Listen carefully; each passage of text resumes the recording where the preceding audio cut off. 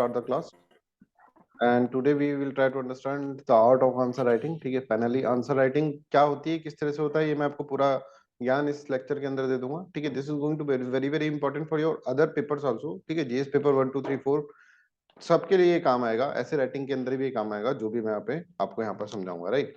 सो आज answer writing के अंदर हम समझेंगे चीजों को कि डिफरेंट डिफरेंट चीजें पढ़ेंगे आंसर राइटिंग के अंदर कि किस तरह से अपन आंसर राइटिंग को देख सकते हैं और अपने जो भी क्वेश्चंस हैं उन सबको डिस्कस करेंगे अपन डिटेल के अंदर. ठीक है, तो let's begin.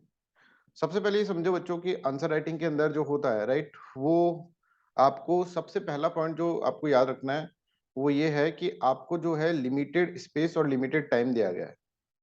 Limited space and limited time दिया गया है, ये आप अच्छे से ध्यान रखें. ठीक है, तो अब इसमें आपको लिमिटेड स्पेस लिमिटेड टाइम क्यों दिया गया है पहले तो ये समझ लो, है ना. फिर चीजें ये समझोगे कि भाई इससे क्या निकल कर आता है कि हमको कैसे आंसर राइटिंग करना है, हमें to the point answer writing करना है और वो कैसे करना है वो मैं आपको बताऊंगा. राइट. लिमिटेड स्पेस और लिमिटेड टाइम का मतलब ये है कि कोई मेरे को बताएगा why there is a limited space and limited time.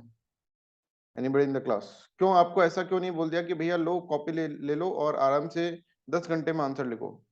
ठीक है, और supplementary copy is not allowed. Why supplementary copy is not allowed? Anybody in the class? Yes Saima. क्यों लिमिटेड स्पेस और लिमिटेड टाइम दिया गया हमको? स्पेस लिमिटेड क्यों दिया गया कि भाई आपको 1.5 पन्ने के अंदर ही आंसर लिखना है. आपको सब क्या यूपीएससी के पास पेपर्स की कमी है क्या? राइट. या फिर आपको इसी टाइम पर लिखना है? क्यों, समय की क्या कमी है? आराम से 24 घंटे होते हैं, 2 दिन पेपर करवा लो. या हर पेपर को उन्होंने क्या करा, हर पेपर आपको ये तो पता होगा जीएस पेपर थर्ड होगा और जीएस पेपर थर्ड के बाद थोड़ा सा गैप दिया जाएगा, थोड़ा सा मतलब सिर्फ 2 घंटे का गैप, और फिर जीएस पेपर 4 होगा. ऐसा क्यों? यस साइमा कुछ बोलेंगे इसके बारे में? नहीं पता. एनीबडी? उज्ज्वला? अच्छा, ये जो है ना क्लास, थोड़ा सा तुम ऐसे रिलैक्स मूड में बैठना है इस क्लास के अंदर. ये क्लास आंसर राइटिंग की होगी आज. ठीक है, और इसके अंदर अपन बहुत अच्छे से डिस्कशन करेंगे जिससे कि आंसर राइटिंग वाली जो समस्या है, जो ये समस्या है कि भाई हमारे सर हमको आंसर राइटिंग करनी नहीं आ रही है, अभी तक हम कर नहीं पा रहे हैं आंसर राइटिंग, क्योंकि मेन मोटिव हमारा क्या है, आंसर राइटिंग का ही है. मेन मोटिव क्या है बच्चों, यहाँ पर समझो कि आंसर राइटिंग का ही है. ऐसा नहीं है कि हमारा जो मेन मोटिव जो है वो कुछ और है कि भाई हमको नॉलेज गेन करना है, ये करना है, ये सब तो करते ना जिंदगी भर पड़ा है, जीवन भर पड़ा है आपका नॉलेज गेन करना. मेन जो है अपना आंसर राइटिंग प्रोग्राम. ठीक है, जीएस पेपर 4 के अंदर लास्ट में आपको आंसर राइटिंग ही करनी पड़ेगी. कितना नॉलेज हो that doesn't matter at all, last में अपन को आंसर राइटिंग ही करनी पड़ेगी. देखिए, लिमिटेड स्पेस और लिमिटेड टाइम का मतलब क्या है कि सबको पता है कि यूपीएससी की जब आप प्रिपरेशन कर रहे हैं, when you are doing the preparation of UPSC, then आपका पास भंडारा ऑफ नॉलेज है.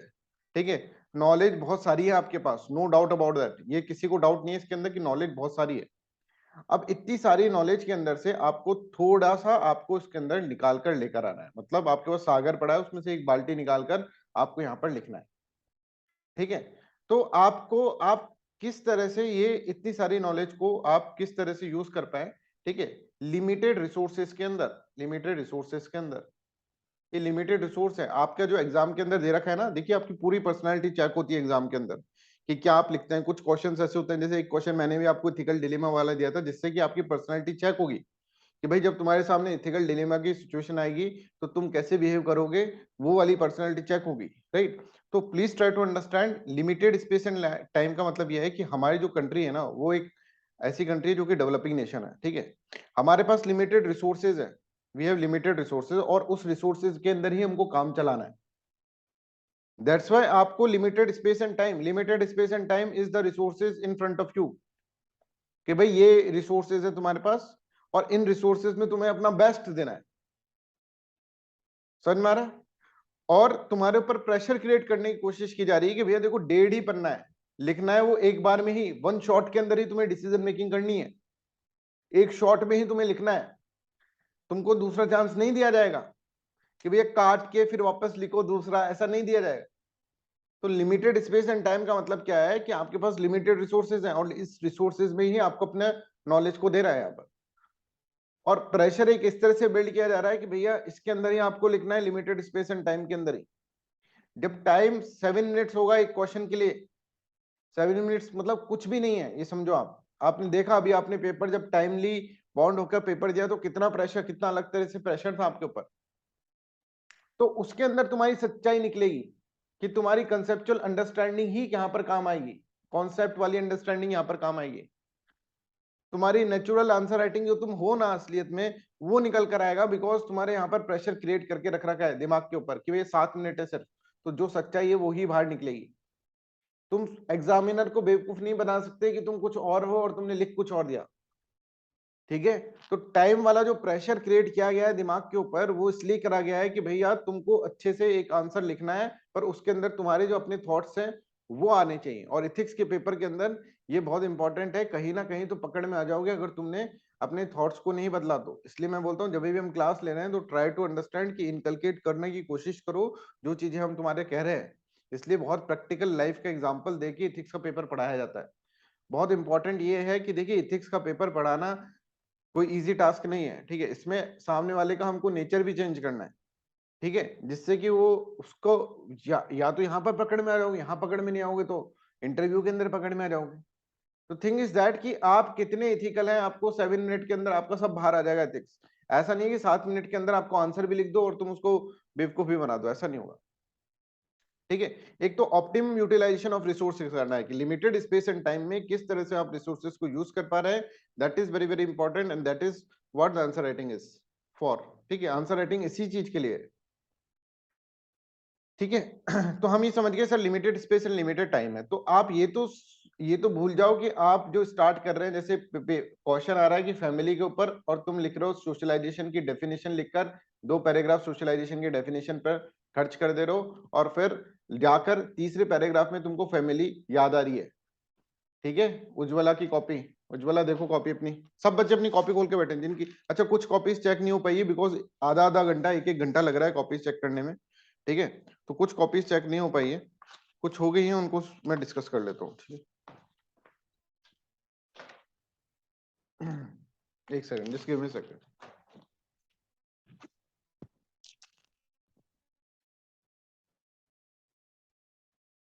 चलो वैसे भी याद है मेरे को कॉपीज, अभी अभी चेक करिए बच्चों, ठीक है। बच्चे जो है स्टार्टिंग के अंदर आप देखो इंट्रोडक्शन के अंदर आपने सब बच्चों ने सोशलाइजेशन के ऊपर क्वेश्चन नहीं था, आपने सोशलाइजेशन के ऊपर क्वेश्चन नहीं था, फिर भी आपने फैमिली को तो तीसरा या चौथा पैराग्राफ आपके पास आ रहा है, देखो सब बच्चे कॉपी अपनी, समझ में आ रहा है। तो आपको बहुत लिमिटेड, मतलब टू द पॉइंट आपको लिखना है बच्चों, टू द पॉइंट, ये बिल्कुल ध्यान रखना। दीप्ति रंजन अपनी कॉपी देखो, टू द पॉइंट नहीं आ रहा है चीजें, ठीक है। आप देखेंगे पहला पैराग्राफ आप socialisation, question was not on the what is socialisation, ठीक है, अभी बताएंगे इंट्रोडक्शन कैसे लिखेंगे, पर आपने अपने रिसोर्सेज को यूज कर दिया फालतू के काम के अंदर। आपके पास सिर्फ 150 रुपए थे, ये समझो, आपने उसमें से 50 रुपए तो ऐसे ही खर्च कर दिए जिसमें क्वेश्चन का आया ही नहीं, क्वेश्चन आया ही नहीं अभी तक, क्वेश्चन आता है तुम्हारे तीसरे पैराग्राफ के अंदर, समझ में आ रहा है। ये गलत अप्रोच है, ठीक है, दिस इज रॉन्ग अप्रोच, इसको that need to be improve, ये जो होगा वो उसका इंप्रूवमेंट होना चाहिए होगा, ठीक है ना। जैसे उज्ज्वला की कॉपी है तो चलो अभी आगे आगे बढ़ता है ना। यहां तक I hope this is clear to everyone, है ना। पहली चीज समझ में आया, लिमिटेड स्पेस और लिमिटेड टाइम क्यों दिया गया है, दैट इज इंपॉर्टेंट, ठीक है। अब हम बात करते हैं कि अब मेन बात करते हैं क्वेश्चंस के बारे में कि अगर हम देखिए क्वेश्चन के अंदर एक क्वेश्चन दे रखा है यूपीएससी के अंदर आपको, ठीक है, उसके अंदर दे रखा है 12.5 मार्क्स का है और इसका आंसर आपको लिखना है, ठीक है।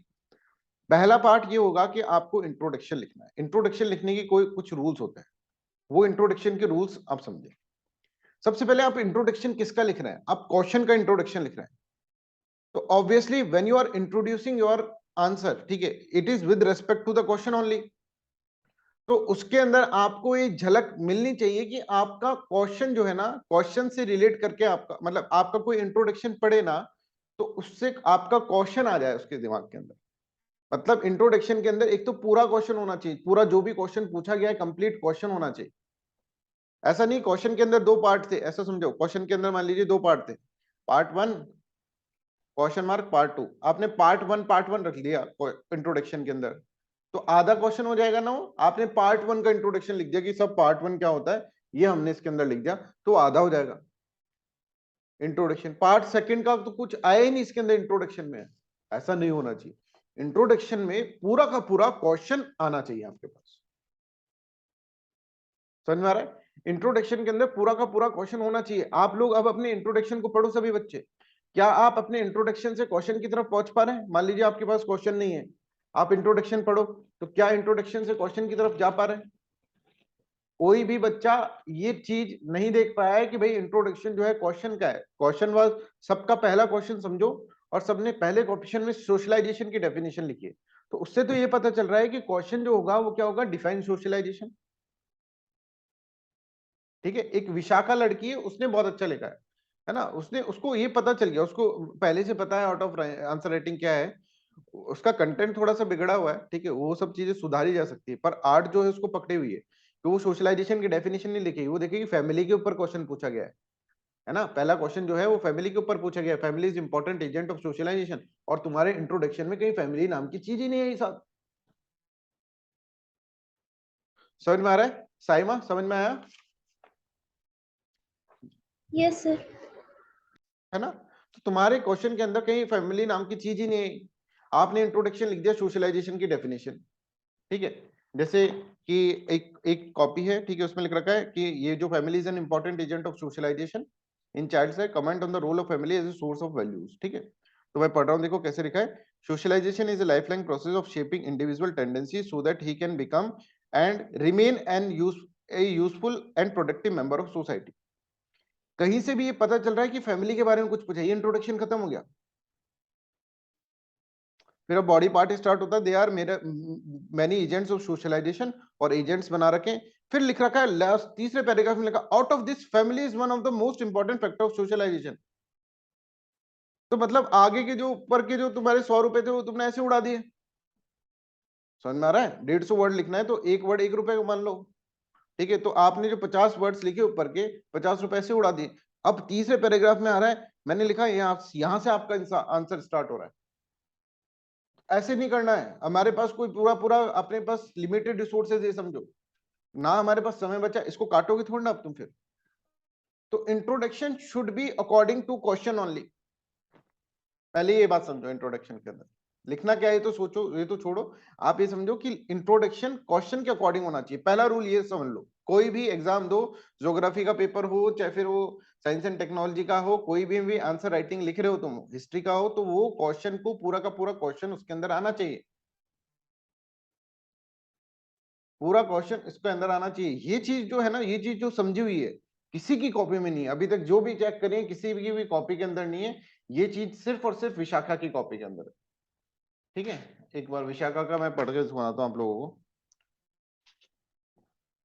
देखो विशाखा वैसे तो परफेक्ट आंसर तो नहीं है, पर मैं पढ़ के दिखाता हूँ कि हर बच्चे ने सोशलाइजेशन, जैसे दीप्ति ने लिखा है सोशलाइजेशन लाइफ लॉन्ग प्रोसेस और वो सब चीजें, और ये सोशलाइजेशन के वेरियस एजेंट होते हैं, ये सब चीजें। तो पहले सोशलाइजेशन का पूरा इंट्रोडक्शन के अंदर सोशलाइजेशन लिखा है। कोई सी भी कॉपी उठा लूं मैं तो सोशलाइजेशन के बारे में ही लिखा हुआ है, ठीक है। अगर मैं चित्ररंजन की उठा लूं तो उसका भी सोशलाइजेशन के बारे में लिखा है, हर एक के अंदर सोशलाइजेशन के बारे में ही लिखा हुआ है, ठीक है। साइमा का उठा लू, साइमा का भी सोशलाइजेशन, सुचित शर्मा का सोशलाइजेशन, सबने सोशलाइजेशन वाली डेफिनेशन लिख दी पहले पैराग्राफ में। Nobody nobody nobody have asked you कि व्हाट इज सोशलाइजेशन। पहले पैराग्राफ में मतलब आपने फैमिली को तो इंपॉर्टेंस ही नहीं दी, आपने कहा फैमिली कहीं भाड़ में, हम तो सोशलाइजेशन के ऊपर आएंगे क्योंकि हमने सोशलाइजेशन की डेफिनेशन याद करी है। बच्चों पढ़ा जो है वो थोड़ी ना लिखना है, जो क्वेश्चन में पूछा है वो लिखना है। ट्राई टू अंडरस्टैंड, है ना। हर कॉपी देख लीजिए, कोई भी ऐसा ऐसा देखिए कॉमन जनरल मिस्टेक्स हैं जो कि आप लोग करते हैं, वो आपको नहीं करनी है, इसलिए आपकी हाईलाइट करके चीजें बता रहे हैं ना। उसको डोंट टेक इट अदरवाइज। जैसे विशाखा लिखती है कि when a child enters the world his first point of contact is his family. भगवान की दया से एक मेरे को ऐसी कॉपी मिल गई जिसके अंदर क्या है, जिसके अंदर इस तरह की इंट्रोडक्शन है। अब देखो एग्जामिनर के पास ऐसी कॉपी आ रही है, जैसे मान लीजिए अपन एक सैंपल लेते हैं कि 15 बच्चों की मैंने कॉपी चेक करी, उसमें से हर एक के अंदर ऐसे ऐसे आ रहा है। विशाखा की कॉपी के अंदर ऐसा आ गया कि when child enter the world his first point of contact is his family. बोला हाँ भाई ये बच्ची जो है ये क्वेश्चन को पकड़ लिया है कि फैमिली के बारे में पूछा गया, इनको तो यही नहीं पता कि फैमिली, तो इसके नंबर मिल जाएंगे इसको रिलेटिवली, ठीक है। ये भी मैं ऐसे नहीं बोल रहा कि परफेक्ट कॉपी है, पर ये है कि हाँ जो पॉइंट मैं ढूंढ रहा था कि भाई सब कॉपी में मिसिंग है वो इसके अंदर मिल गया, ठीक है। सबसे पहला इंपॉर्टेंट चीज ये है कि आपको अकॉर्डिंग टू क्वेश्चन लिखना है, अकॉर्डिंग टू योर नॉलेज नहीं लिखना, अकॉर्डिंग टू योर जो पढ़ा है वो नहीं लिखना। क्वेश्चन क्या पूछा है साहब, family is important agent of socialisation, तो इंट्रोडक्शन में कहीं ना कहीं फैमिली तो आना चाहिए। आप खुद देखो अब अपनी कॉपीज को, आपको बिल्कुल रियलाइज होगा कि हाँ सर ये तो गलती हो गई। ठीक है, इसमें किसी को डाउट है तो बताओ। पहला पॉइंट इंट्रोडक्शन को आपको समझा रहा हूं, ठीक है। दूसरा पॉइंट ये समझो कि इसके अंदर देखो ये पूछा है important agent of socialisation child life, ये आपको बताना पड़ेगा। और comment on the role of family, इसके अंदर भी आपको बताना पड़ेगा कि कुछ कुछ आइडिया आपको देना पड़ेगा कि आप पेरेंटिंग एक इंपॉर्टेंट रोल है जो कि करता है। क्योंकि आप देखो इंट्रोडक्शन लिखने के दो तरीके होते हैं बच्चों, दो तरीके होते हैं इंट्रोडक्शन लिखने के। बिल्कुल बिल्कुल टू द पॉइंट मैं तुमको बता रहा हूं क्या तुमको लिखना है, 150 से 200 वर्ड्स के अंदर क्या लिखना है ये मैं तुमको बता रहा हूं। और ऐसी नॉलेज तुम 50 आंसर लिख लो, 50 किताब पढ़ लो, फिर भी नहीं आएगी। कितनी वीडियो देख लो, नहीं आएगी। समझ में आ रहा है क्या लिखना है? आप ये ट्राई टू अंडरस्टैंड, ये समझो। इंट्रोडक्शन मतलब when you are introducing something, introducing something, you are introducing something, है ना। अब यहां पर क्या समथिंग हो सकता है, आप ये इंट्रोड्यूस कर रहे हो सकते हैं, दो चीजें हो सकती है। पहला अप्रोच तो ये हो सकता है इंट्रोडक्शन के अंदर कि when you are introducing your answer, कि हम साहब आगे जो आपको बॉडी पार्ट और कंक्लूजन में जो मिलेगा ना वो क्या मिलेगा, ये हम तुमको इंट्रोडक्शन में बता देते हैं साहब। ठीक है, और पूरा का पूरा, पहला रूल तो ये हो गया पूरा का पूरा क्वेश्चन कवर करना है। दूसरा रूल ये हो गया कि क्या आपको आगे मिलने वाला है ये हम आपको बता देते हैं। ठीक है, कि इंट्रोड्यूसिंग योर आंसर, क्या हम अपने आंसर की, हम आंसर के अंदर है ना कुछ कुछ आपको ही बता देंगे, कुछ पॉइंट्स दे देंगे, और फिर वो देखना तुमको हमारे बॉडी पार्ट में मिल जाएगा। तो एग्जामिनर को मजा आ गया, एग्जामिनर को और कुछ नहीं चाहिए, जो आपने इंट्रोडक्शन में लिखा हुआ है वो आपको बॉडी पार्ट के अंदर उससे कनेक्ट हुआ है। ठीक है, और लास्ट में हम कंक्लूड करेंगे। कंक्लूजन क्या होता है ये मैं आपको बताऊंगा डिटेल के अंदर। पहले ये समझो इंट्रोडक्शन के अंदर आप क्या लिखोगे। इंट्रोडक्शन के अंदर आप ऐसी चीज लिखोगे जिससे कि आप ये बता सकें कि बॉडी पार्ट के अंदर आप उसका एक्सप्लेनेशन कर रहे हैं बहुत शॉर्ट के अंदर। जैसे कि मैं आपको एग्जांपल दूं एक, ट्राई टू अंडरस्टैंड। ठीक है, एक एग्जांपल अगर मैं आपको देता हूं कि मान लीजिए मैं जयपुर से दिल्ली जा रहा हूँ। ठीक है, इस एग्जांपल समझ में आ जाता है बच्चों को। दिल्ली जा रहा हूँ, तो मैं जयपुर से दिल्ली गया तो पहले मैं एक ए पॉइंट पे गया, फिर मैं बी पॉइंट पे गया, फिर मैं सी पॉइंट पे गया, और फिर मैं दिल्ली गया। ठीक है, अब मेरे को अगर इसका आंसर राइटिंग करना है, जयपुर से दिल्ली गया, कि बताओ आपके एक्सपीरियंस क्या आंसर राइटिंग। तो सबसे पहले मैं क्वेश्चन के अंदर इंट्रोडक्शन जो लिखूंगा ना, उसमें ये मैं बताऊंगा कि मैं जयपुर से ए गया था, फिर मैं बी गया था, फिर सी गया था, और फिर दिल्ली पहुंचा था। समझ में आ रहा है? ये इंट्रोडक्शन मैंने लिख दिया कि जयपुर से दिल्ली कैसे ऐसा है कि आपका एक्सपीरियंस बताएं जयपुर से दिल्ली जाने का। तो मैंने इंट्रोडक्शन में ये बता दिया भाई देखो जयपुर से ए में जाऊंगा, फिर बी जाऊंगा, सी जाऊंगा, डी जाऊंगा। एग्जामिनर के दिमाग में आ गया कि हाँ भाई अब ये जयपुर से पहले ए जाएगा तब इसको कैसे लगा, ये बताएगा, फिर ए से बी जाएगा तब बताएगा, बी से सी बताएगा। और यहाँ पर फिर आप बॉडी पार्ट के अंदर यहाँ पे एक्सप्लेन कर रहे हो कि जब मैं जयपुर से ए गया तो मैंने ये चीजें देखी, ये हुआ कि रास्ते में ये चीजें हुआ, ये हुआ, फिर मैं ए से बी निकला, फिर बी से सी निकला, फिर सी से डी निकला, और लास्ट में कंक्लूजन कहा। इस तरह से मेरी जर्नी हुई। थोड़ी सी जर्नी के अंदर समस्याएं, थोड़ी सी मेरे को अच्छा है, ओवरऑल मेरे को मजा आया, ये कंक्लूड कर दिया।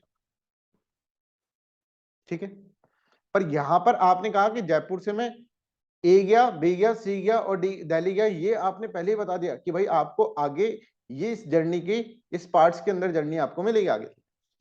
ठीक है, तो कहीं ना कहीं इंट्रोडक्शन में आपको ये बताना होगा। दूसरा रूल है, थंब रूल ये है कि आपके बॉडी पार्ट के अंदर आप क्या लिखने वाले हैं, ये आपको इसके अंदर बताना होगा। दैट इज वेरी इंपॉर्टेंट कि what you have to write in the body part, कि बॉडी पार्ट में आपको क्या लिखना है। That you have to told, that you have to tell in the introduction only. कोई समस्या? एनीबॉडी इज उज्ज्वला, समझ में आ रहा है? क्लियर है सबको? Any doubt you can ask me. Sunil को समझ में आ रहा है? सुनील अनुरागी? Yes sir. ठीक है, याकूब समझ में आ रहा है? याकूब तुम्हारा हिंदी वाला कॉपी है, वो यस मैं सर। ट्राई कर रहा हूँ चेक करने का, है ना, पर मैं कर दूंगा उसको चेक, है ना, क्योंकि फिर कैसे करोगे नहीं तो। ठीक है, अब पर ये चीज समझ लो, ये तो Hindi medium, English medium, geography, polity, सबके अंदर ये तो सेम ही रहेगा, है ना। इंट्रोडक्शन आप इस तरह से लिखेंगे, तो इंट्रोडक्शन आप इस तरह से लिख सकते। कभी कभार इंट्रोडक्शन के अंदर कुछ टर्म्स होती है, जैसे यहाँ पे कोई इंपॉर्टेंट टर्म ऐसे टेक्निकल टर्म नहीं है। सोशलाइजेशन मतलब सब समझते हैं कि सोशलाइजेशन मतलब कि कोई सोशलाइज हो रहा है, ठीक है, दैट इज सोशलाइजेशन। तो इसकी डेफिनेशन तब तक नहीं लिखी जब तक इसमें पूछी ना गई हो, ठीक है ना। तो कभी कभार ऐसा कोई टर्म आ जाता है कॉम्प्लेक्स टर्म, जैसे हमारे नेक्स्ट क्वेश्चन के अंदर है प्रीजुडाइसेस। तो प्रीजुडाइसेस क्या होता है ये समझ में आना थोड़ा सा मुश्किल होता है। तो प्रीजुडाइस, कभी कभार हम क्या करते हैं कि इंट्रोडक्शन के अंदर डेफिनेशन लिख देते हैं। तो इंट्रोडक्शन के अंदर देखो, सबसे पहले इंट्रोड्यूस कर रहे हैं आप किसको, आपकी बॉडी पार्ट को इंट्रोड्यूस कर रहे हैं कि हम बॉडी पार्ट के अंदर क्या लिखेंगे इंट्रोडक्शन के अंदर, आप ये बता रहे हैं, या फिर आप क्वेश्चन को थोड़ा सा इंट्रोड्यूस कर रहे हैं। इन दोनों का मिला जुला पार्ट आपको लिखना होगा कि क्वेश्चन का इंट्रोडक्शन प्लस बॉडी पार्ट के अंदर हम क्या लिखने वाले हैं, ये हमको इसके अंदर बताना है, टू द पॉइंट बताना है। अच्छा, इंट्रोडक्शन में है ना, इंट्रोडक्शन में फ्लो चार्ट मत बनाने लग जाना, ठीक है। इंट्रोडक्शन में कहीं आप फ्लो चार्ट बनाने लग जाए, या इंट्रोडक्शन के अंदर कुछ फॉर्मूला लिख दो, या इंट्रोडक्शन के अंदर बुलेट्स पॉइंट लिख दो, ठीक है। आई थिंक आदित्य है यहाँ पर, आदित्य ने इंट्रोडक्शन के अंदर ही स्टार्टिंग में ही क्या कर दिया, बुलेट्स पॉइंट लिख दिया, that is not allowed. Yes ठीक है, समझ में आ रहा है। इंट्रोडक्शन के अंदर Yes. बुलेट पॉइंट अलाउ नहीं होने चाहिए। इंट्रोडक्शन के अंदर कहीं तुम फिगर बना दो, कहीं तुम टेबल बना दो, ये सब काम बॉडी के अंदर हम करेंगे, ये सब काम करने हैं। ये बहुत ही इंपॉर्टेंट है कि ये सब चीजें आपको करना है, कि डायग्राम बनाना है, फिगर्स बनाना है, चार्ट फॉर्म के अंदर बनाना है, बुलेट पॉइंट में लिखना है, ये सब बहुत इंपॉर्टेंट है। पर उसको भाई स्टार्टिंग में मत कर दो, बॉडी पार्ट के अंदर उसको ओपन करना है। तो तीसरा रूल जो होगा इंट्रोडक्शन का वो ये होगा कि आपको फ्लो चार्ट्स, डायग्राम्स, ठीक है, टेबल, बुलेट पॉइंट, ये सब चीजें नहीं करनी। इंट्रोडक्शन एक ऐसा पैराग्राफ होगा जिसके अंदर एक पैराग्राफ में होगा और एक ही पैराग्राफ में होगा, ऐसा नहीं कि 4-5 क्योंकि उसको समझ में आ गया भाई इतना इंट्रोडक्शन। पहला पॉइंट हमने बोला इंट्रोडक्शन एक ही पैराग्राफ में होगा। इंट्रोडक्शन के अंदर कोई flow chart, diagram, tablet form के अंदर, बुलेट पॉइंट के अंदर कुछ नहीं होगा इंट्रोडक्शन के अंदर इस तरह का। तीसरा पॉइंट ये, introduction should be according to question only. Introduction के अंदर कंप्लीट क्वेश्चन आ जाना चाहिए। इंट्रोडक्शन के अंदर कंप्लीट क्वेश्चन आ जाना चाहिए। कंप्लीट क्वेश्चन आने के बाद आप ये देखेंगे कि उसके अंदर ये भी आ जाना चाहिए कि आप बॉडी पार्ट के अंदर क्या लिख रहे हैं, कि इंट्रोडक्शन पढ़कर उसको एक तो ये समझ में आ रहा है। देखो एग्जामिनर क्या चाहता है आपसे, ये समझो, एग्जामिनर ये चाहता है कि भाई साहब मैं जब तुम्हारा इंट्रोडक्शन पढ़ूं ना, तो मुझे ये समझ में आ रहा है कि तुमने डिमांड ऑफ क्वेश्चन क्या है ये तुम समझ गए हो। What is the demand of question, कि क्वेश्चन के अंदर क्या पूछा गया है, साहब क्या पूछा गया है क्वेश्चन में, ये तुमको समझ में आ गया है। एक बार डिमांड ऑफ क्वेश्चन तुम्हें समझ में आ गया, ठीक है, मतलब कि तुम जो हो कि कोई भी प्रॉब्लम होगी उसको सॉल्व, उसको अच्छे से समझ पा रहे हो, तुम्हारी अंडरस्टैंडिंग प्रॉब्लम के अच्छे से। कि कहीं पूछा फैमिली के बारे में तुम लिख कुछ और दिए हो, सोशलाइजेशन के बारे में लिख दिया, मतलब क्या हुआ कि तुम प्रॉब्लम को ढंग से समझे नहीं हो, और समझो तो बहुत लास्ट के अंदर जाकर फिर आप चौथी पैराग्राफ में सोशलाइजेशन के बारे में लिख रहे हैं, तो दैट इज नॉट राइट। वो फैमिली के बारे में लिख रहे हैं, अभी तो फैमिली आई नहीं, मैं वेट कर रहा हूँ कब आएगी, आएगी आएगी फैमिली, अच्छा अब आइए, तो ऊपर के इतनी एनर्जी तो तुमने वेस्ट ही कर दी, इतना पैसा तो तुमने वेस्ट कर दिया, फिर जाकर आप, ठीक है।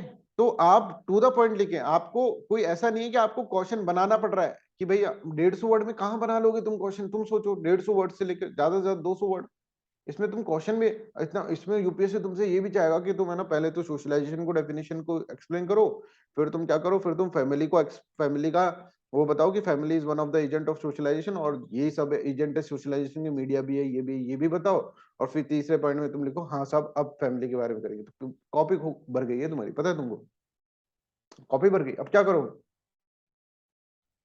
दूसरा क्वेश्चन और बिगाड़ जाओगे। तो टू द पॉइंट लिखना सीखो बच्चों, that is very very important, ठीक है। जैसे विशाखा ने ट्राई करा है, मैं बोल रहा हूँ कि उसकी कॉपी ऐसा नहीं है टू द पॉइंट है, बट वो चीज उन्होंने लिखी है कि व्हेन ए चाइल्ड, स्टार्टिंग में जहां पर सब सोशलाइजेशन की डेफिनेशन लिख रहे हैं, वो लिखती है कि when a child enters the world, his first point of contact is his family, ठीक है, which though he has not choose but has to spend his entire life with them, ठीक है। फिर family plays a crucial role in the formative years of a child and shapes his overall personality to a very large extent। फिर they inculcate, फिर family के बारे में बात हो रही है, मतलब ऐसा नहीं कि भाई आप सोशलाइजेशन को लेकर बैठ गए या फिर कुछ और चीज को लेकर बैठ गए, है ना, सिर्फ आपको बता रहे हैं बच्चों, प्लीज ट्राई टू अंडरस्टैंड।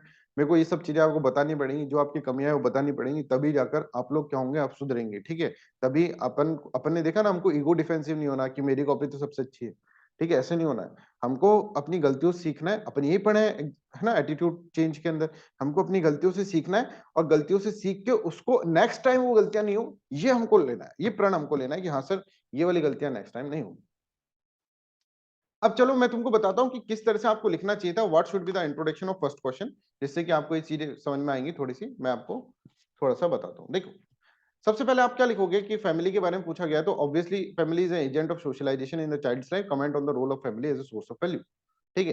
तो मतलब आपको रोल ऑफ फैमिली बताना है, तो मतलब पेरेंटिंग तो आना चाहिए, पेरेंटिंग तो आएगा, बॉडी पार्ट के अंदर पेरेंटिंग लिखोगे, और हो सकता है अगर थोड़ा टाइम मिल जाए तो आप अल्वा एडिसन या फिर थ्योरी ऑफ थीफ वाली लिखकर भी आप बता सकते हैं कि किस तरह से अच्छा चीज वैल्यू सिस्टम इनकलकेट करते हैं फैमिली के अंदर, राइट, है ना, ये चीजें आप इसके अंदर दे सकते हैं, राइट। तो हम क्या कहेंगे इसके अंदर, लेट्स अंडरस्टैंड द थिंग्स, ठीक है, लेट्स अंडरस्टैंड द थिंग्स। आप क्या लिखोगे सबसे पहले कि यहां पर आप लिखोगे फैमिली, ठीक है, is an informal agent of socialisation, is an informal, अब देखो कैसे 50 वर्ड्स के अंदर चीजें आती है, देखो, informal agent of agency of socialisation, इस तरह से लिखोगे, socialisation, and it is first,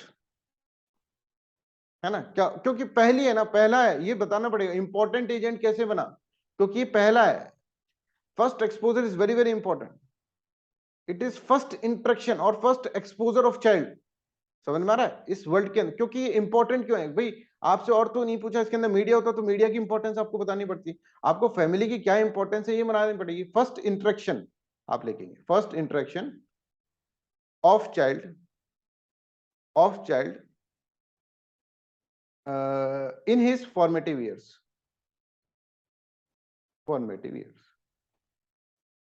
यहां पर है ना, आपने ये कि family is an important, is an informal, ये आपने बता दिया कि इनफॉर्मल एजेंसी सोशलाइजेशन की, और ये फर्स्ट इंट्रैक्शन है चाइल्ड का इन हिज फॉर्मेटिव ईयर्स, के फॉर्मेटिव ईयर्स में बच्चा जो सीखता है उसमें पहला इंट्रैक्शन हो रहा है, ये इंपॉर्टेंस, सबसे बड़ी इंपॉर्टेंस ये है आपकी, ठीक है, पहला इंट्रैक्शन जो है फॉर्मेटिव ईयर्स के अंदर, ये सबसे बड़ी इंपॉर्टेंस है। फिर आप दूसरी इंपॉर्टेंस लिखोगे जो मैंने आपको बताया था, family has unique system of क्या था, 3 चीजें, कॉपरेशन, कंटिन्यूटी एंड इमोशनलिटी, ठीक है, फिर लिखो, फिर इसके बाद है ना, ये आपकी इंपॉर्टेंस होगी, what is the important agent of socialisation. अब रोल ऑफ फैमिली के अंदर लिखोगे थ्रू पेरेंटिंग, है ना, अब क्योंकि आपको नीचे लिखना है पेरेंटिंग, आप बॉडी पार्ट को स्टार्ट करेंगे टाइप्स ऑफ पेरेंटिंग से, तो आप लिख रहे हैं थ्रू राइट पेरेंटिंग, ऐसे लिखो, right parenting, good value system, और है ना, good value system can be inculcated, ऐसे लिखो, can be inculcated what, good value system can be inculcated in child के अंदर इनकलकेट हो सकता है ना। रोल ऑफ फैमिली का है ना कि थ्रू राइट पेरेंटिंग, क्योंकि आप पेरेंटिंग को डिफाइन करोगे, तो इंट्रोडक्शन में आप बता रहे हैं कि भाई हम देखो बॉडी पार्ट के अंदर क्या कर रहे हैं, कि इनकलकेटेड इन द चाइल्ड के अंदर इनकलकेट करते हैं, विच विल हेल्प लिख लो या फिर डेवलप लिख लो, डेवलप सोसाइटी वाले societal ethics as well as, आप लिख लो क्योंकि आपको लास्ट के अंदर सिविल सर्वेंट ही बनना है, as well as work ethics, समझ में आ रहा है। अब इसको देखो, इस इंट्रोडक्शन को देखो, फैमिली इज इंपॉर्टेंट, अब इस इंट्रोडक्शन को पढ़ो कि family is an informal agent of agency of socialisation and it's first and it is first interaction of child in his formative year. तो आपको यहां से पता लगा ना, फैमिली का इंपॉर्टेंस पूछा होगा यार क्वेश्चन के अंदर, है ना, इंट्रोडक्शन से क्वेश्चन तक पहुंच लो, और फिर through right parenting, good value system, अच्छा रोल भी पूछा होगा कि क्या रोल रहता है, कि किस तरह से गुड, तभी आप लिख लो कि गुड वैल्यू सिस्टम इनकलकेट हो सकता है। तो इस इंट्रोडक्शन से क्या आप पहुंच पा रहे हैं, कहां पर, क्या आप इस इंट्रोडक्शन से पहुंच पा रहे हैं अपने क्वेश्चन पर। अगर सिर्फ मैं आपको इंट्रोडक्शन दूं तो आप ऐसे बोलेंगे सर, या तो आपने ऐसे पूछा होगा, मान लीजिए आपको क्वेश्चन नहीं पता, ये क्वेश्चन आपके पास नहीं है, आपने ये देखा कि family is an important agent of socialisation, हाँ सर फैमिली के बारे में आपने पूछा होगा और सोशलाइजेशन से रिलेटेड क्वेश्चन है, ये रहा फैमिली और सोशलाइजेशन, है ना, इनफॉर्मल एजेंट लिखा है ना, सोशलाइजेशन, है ना, और आपने ये बोला सर यहाँ पर कोई वैल्यू सिस्टम कैसे डेवलप होती है, इस तरह का क्वेश्चन होगा, what is the role of family, source of values, simple. अब आप सभी बच्चे एक काम करें, सभी बच्चे अपने क्वेश्चंस पढ़ें, पहला इंट्रोडक्शन पढ़ें, सभी बच्चे, ये एक्सरसाइज करनी पड़ेगी हमको, है ना, सभी बच्चे अपने इंट्रोडक्शन पढ़ें। क्या इंट्रोडक्शन पढ़कर तुमको क्वेश्चन नहीं पता, मान लो, क्या इंट्रोडक्शन पढ़कर तुम्हें ये समझ में आ रहा है कि हमारा क्वेश्चन क्या होगा, देखें प्लीज, ये चीज देखें, दैट इज इंपॉर्टेंट। अभी एक बार तुमको, बस एक बार है, पहली बार की मेहनत है ये मेरी, है ना, उसके बाद तो तुम बहुत अच्छे से खुद ही आंसर राइटिंग करने लग जाओगे, सकता है मेरे से भी अच्छा लिख जाओ तुम, बहुत अच्छे से लिख पाओ, पर पहली बार पूरा का पूरा मेहनत मेरे को करनी पड़ेगी। यहाँ पे कहीं हमने बुलेट पॉइंट्स नहीं लिखे, हमको एक पैराग्राफ में लिखना है। और नंबर ऑफ वर्ड्स देखे तो 1 2 3 4 5 6 7 8 वर्ड्स हैं। तो 1 2 3 4 5 8 5 जो 45 वर्ड्स जो है 8 5 जो 40 से 50 वर्ड्स के अंदर अपने इंट्रोडक्शन लिखे। मतलब 50 रुपए मैंने खर्च कर दिए 150 में से। पर इसमें मैंने तुमको ये बता दिया कि what is the question, what I have to write in the answer, कि मेरे को क्या लिखना है आंसर को, और मैं क्वेश्चन से अच्छे तरह समझ गया। सर प्लीज मेरा आगे का आंसर पढ़ें और मजे लें आंसर का। ठीक है, ये आपने किसी को भी इंट्रोडक्शन में कोई प्रॉब्लम है तो please ask anybody in the class have any problem in the introduction. Sumpi समझ में आया? सुम्पी, छत्रपति समझ में आया? हाँ सर, समझा। है ना? याकूब समझ में आ रहा है? सुनील, जी सर। साइमा, विशु, उज्ज्वला, सबको समझ में आना चाहिए। देखो, है ना? आई होप सबको समझ में आ रहा है। Yes sir. ठीक है ना?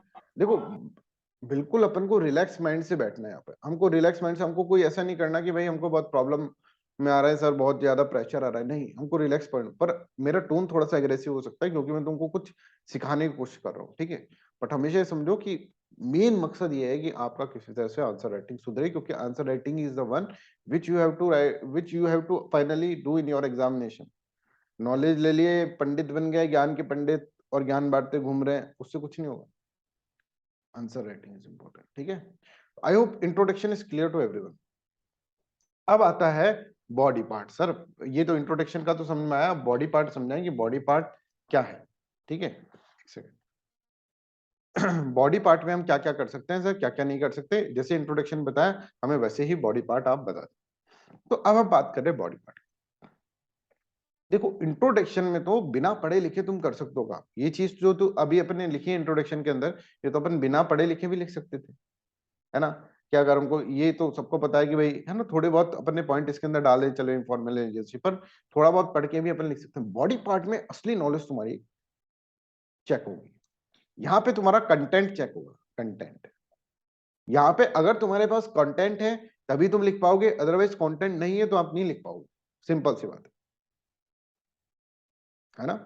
बॉडी पार्ट के अंदर, अब यहाँ पर बॉडी पार्ट के अंदर, क्योंकि देखो इंट्रोडक्शन तो एक पैराग्राफ 50 वर्ड्स का लिखना है तुमको, तो 50 वर्ड हो गए इंट्रोडक्शन के अंदर, है ना? तो उसको पढ़ने में तो किसी को जोर नहीं आएगा। पर बॉडी पार्ट के अंदर तुम्हें बहुत सारे इनोवेशंस करने पड़ेंगे जिससे कि तुम्हारा प्रेजेंटेशन अच्छा बन पाए। इनोवेशन करने पड़ेंगे जिससे कि प्रेजेंटेशन अच्छा बन पाए। क्या मैं बोल रहा हूँ? इनोवेशन करने पड़ेंगे जिससे कि प्रेजेंटेशन आपका अच्छा बन पाए।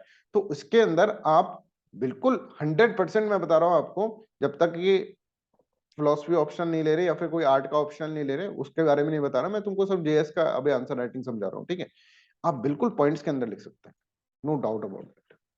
आप बिल्कुल फ्लो चार्ट्स बना सकते हैं, मैंने बिल्कुल मतलब बना सकते हैं, नहीं बनाने ही है। फ्लो चार्ट्स टेबुलर फॉर्मेट के अंदर बना सकते हैं, टेबल। मैप बना सकते हैं आप, अगर ज्योग्राफी का पेपर है या फिर मैप का रिक्वायरमेंट उसके अंदर मैप बना सकते हैं बॉडी पार्ट के अंदर। पर ऐसे नहीं इंट्रोडक्शन में मैप बना दिया साहब, नहीं। इंट्रोडक्शन में बुलेट पॉइंट्स लिख सकते हैं इसके अंदर, फ्लो चार्ट्स लिख सकते हैं, टेबल ऑफ फॉर्म के अंदर, मैप के अंदर, ये सब चीजें आप लिख सकते हैं इसके अंदर। यही लिखनी है, मतलब इसके अंदर तुमको ऐसा करना है कि सामने वाले को ज्यादा मेहनत नहीं करनी पड़े। तुमने भाई पैराग्राफ पे पैराग्राफ टिका दिए और सामने वाला ढूंढ रहा है कि भाई क्या है चीज। नहीं, ऐसा नहीं है कि पैराग्राफ नहीं लिख सकते, पर इनोवेट करने की कोशिश करो ना चीजों। पैराग्राफ लिखोगे तभी भी वो चेक करेगा। पर यहाँ पे फ्लो चार्ट्स, टेबुलर फॉर्मेट, ये सब चीजें ज्यादा इंपॉर्टेंट यहाँ पर होती है। समझ में आ रहा है? तो I hope this is clear to everyone. अब हम क्या कर सकते हैं, हम बॉडी पार्ट के अंदर देखो, हमने इंट्रोडक्शन जो लिखा है उससे लिंक करना है कि फैमिली एक इंपॉर्टेंट एजेंट ऑफ सोशलाइजेशन का, और हमने एंड करा है थ्रू राइट पेरेंटिंग। पेरेंटिंग को हम कर सकते हैं। तो आप लिखेंगे फिर बॉडी पार्ट के अंदर सीधे हम पेरेंटिंग के बारे में लिख सकते हैं कि there are different type of parenting. ठीक है, authoritative, democratic and permissive, which develop different type of value system in the child. सही है। बॉडी के अंदर क्या लिखा? बॉडी के अंदर कंटेंट चाहिए। बॉडी के अंदर अगर तुमको ये नहीं पता होगा अथॉरिटेटिव, डेमोक्रेटिक और परमिसिव, तो नहीं लिख पाओगे बॉडी। यहाँ पर तुम्हारा इंट्रोडक्शन के बाद जो पढ़कर जिन बच्चों के पास प्रिपरेशन करने की टाइम नहीं मिलता ना, जैसे कि भाई जॉब भी चल रहा है, प्रीलिम्स भी क्लियर हो गया, आप क्या करें, वो इंट्रोडक्शन तो अपना ठीक ठाक मैनेज कर देते हैं, पर कंटेंट के अंदर फिर बॉडी पार्ट के अंदर उनको समस्या आती है ना। अपन एक एक करके पढ़ रहे हैं, अभी मैंने तुमको इंट्रोडक्शन बताया सिर्फ, अब मैं तुमको बॉडी पार्ट पे लेकर आ रहा हूँ कि बॉडी पार्ट अपन को कैसे लिखना चाहिए। बॉडी पार्ट के अंदर first of all you need content, बिना कंटेंट के तो आपके पेन भी नहीं लेगा, ठीक है। बॉडी पार्ट के अंदर इंट्रोडक्शन तो निकाल ले जाओगे, बॉडी पार्ट के अंदर कंटेंट चाहिए होगा। तो बॉडी पार्ट के अंदर किस तरह का कंटेंट होगा ये हम समझेंगे। हम पहले ही समझ गए कि बॉडी पार्ट के अंदर सर हमको पैराग्राफ्स में लिखें तो ठीक है भाई, पैराग्राफ में भी लिख सकते हो, ऐसा कोई मना ही नहीं है, पर बुलेट पॉइंट्स के अंदर क्लियरिटी आ जाती है, कॉपी के अंदर सही से अंडरस्टैंडिंग उसको दिख जाएगा कि बच्चे ने ये सब चीजें लिख दिया। क्योंकि अगर हमको वो कहते हैं कि साहब हम तुमको देते हैं बहुत सारे वर्ड्स और हम तुमको देते हैं बहुत सारा स्पेस, तो हम लिख देते हैं। अब इतनी सारी चीजें, हमको कुछ ना कुछ इनोवेशन तो करना पड़ेगा, ठीक है। तो आप लिख सकते हैं कि parenting play very very important, जो भी मैंने अभी बोला, डेमोक्रेटिक, अथॉरिटेटिव और परमिसिव पेरेंटिंग। और फिर आप यहाँ पर क्या कर सकते हैं, टेबल बना सकते हैं। इस टेबल का क्या यूज है मैं तुमको बताऊंगा, इसके मल्टीपल यूज है ना। आप सबकी कॉपीज के अंदर मैंने लिखा है, सबको बनाकर भी दी है, don't worry about that one. जिसकी चेक नहीं हुई है, क्योंकि भाई बहुत टाइम लग रहा था कॉपी चेक करने के अंदर, तो मैं सुबह से बैठा हुआ हूँ, पर मेरे को आधे एक घंटा तो लगता ही है कॉपी चेक करने, क्योंकि एक एक वर्ड मैं पढ़ता हूँ ना, और किसी और को मैं दे नहीं सकता कि भाई तुम कॉपी चेक कर लो, क्योंकि कॉपी चेकिंग किसी और को दे दूंगा तो फिर तो दिक्कत हो जाएगी, ठीक है। तो वहां पर मेरे को यही नहीं पता चलेगा कि मेरा स्टूडेंट कहाँ पर फेल हो रहा है, कहाँ पर अच्छा है, क्या उसकी स्ट्रेंथ है, क्या वीकनेस है। और जब टीचर को यही नहीं पता कि स्ट्रेंथ और वीकनेस नहीं है, तो उसको पढ़ाने का कोई मतलब नहीं है कि जब आप फिर तो आप मतलब भीड़ को पढ़ा रहे हो बस एक तरह से। तो मुझे एक एक बच्चे का ये पता होना चाहिए कि इसकी क्या क्या कमियां हैं, क्या क्या उसके अंदर इंप्रूवमेंट की जरूरत है, तभी मैं अपने बच्चों को डेडिकेटली पढ़ा पाऊंगा, ठीक है। इसलिए मैं ना पीपीटीज किसी से बनवाता हूँ, ना मैं पढ़वाता हूँ किसी से। मतलब कुछ कुछ टॉपिक्स है, जैसे मैं अभी एक मैप सीरीज स्टार्ट करने वाला हूँ, तो वो मैप सीरीज जो मैप के अंदर बेस्ट है उससे ही करवाएंगे, ठीक है ना। अब जल्दी से यूट्यूब के ऊपर एक मैप सीरीज आने वाली है, आप पहले लेक्चर से आप समझ जाएंगे कि कितना कंटेंटफुल वीडियो रहता है वो ना। तो वो हम किसी से आउटसोर्स कर लेंगे। कुछ कुछ चीजें हैं जो हम कर लेते हैं, जिनको हमको टीचर्स को पता है कि भाई ये टीचर्स हमको कभी धोखा नहीं देंगे, ठीक है। ये छुपे हुए रुस्तम है टीचर, ठीक है, छुपे हुए हीरे, ठीक है। उन लोगों को थोड़ा सा ट्रेन करके कि भाई ऐसा है, और उनको पता है कि देखो टीचर का सबसे इंपॉर्टेंट रोल जो होता है ना, टीचर अच्छा बुरा कैसे होता है भाई, एक लेवल कम भी पढ़ा ले पर बच्चों के बारे में सोचे, वो टीचर सबसे अच्छा रहता है।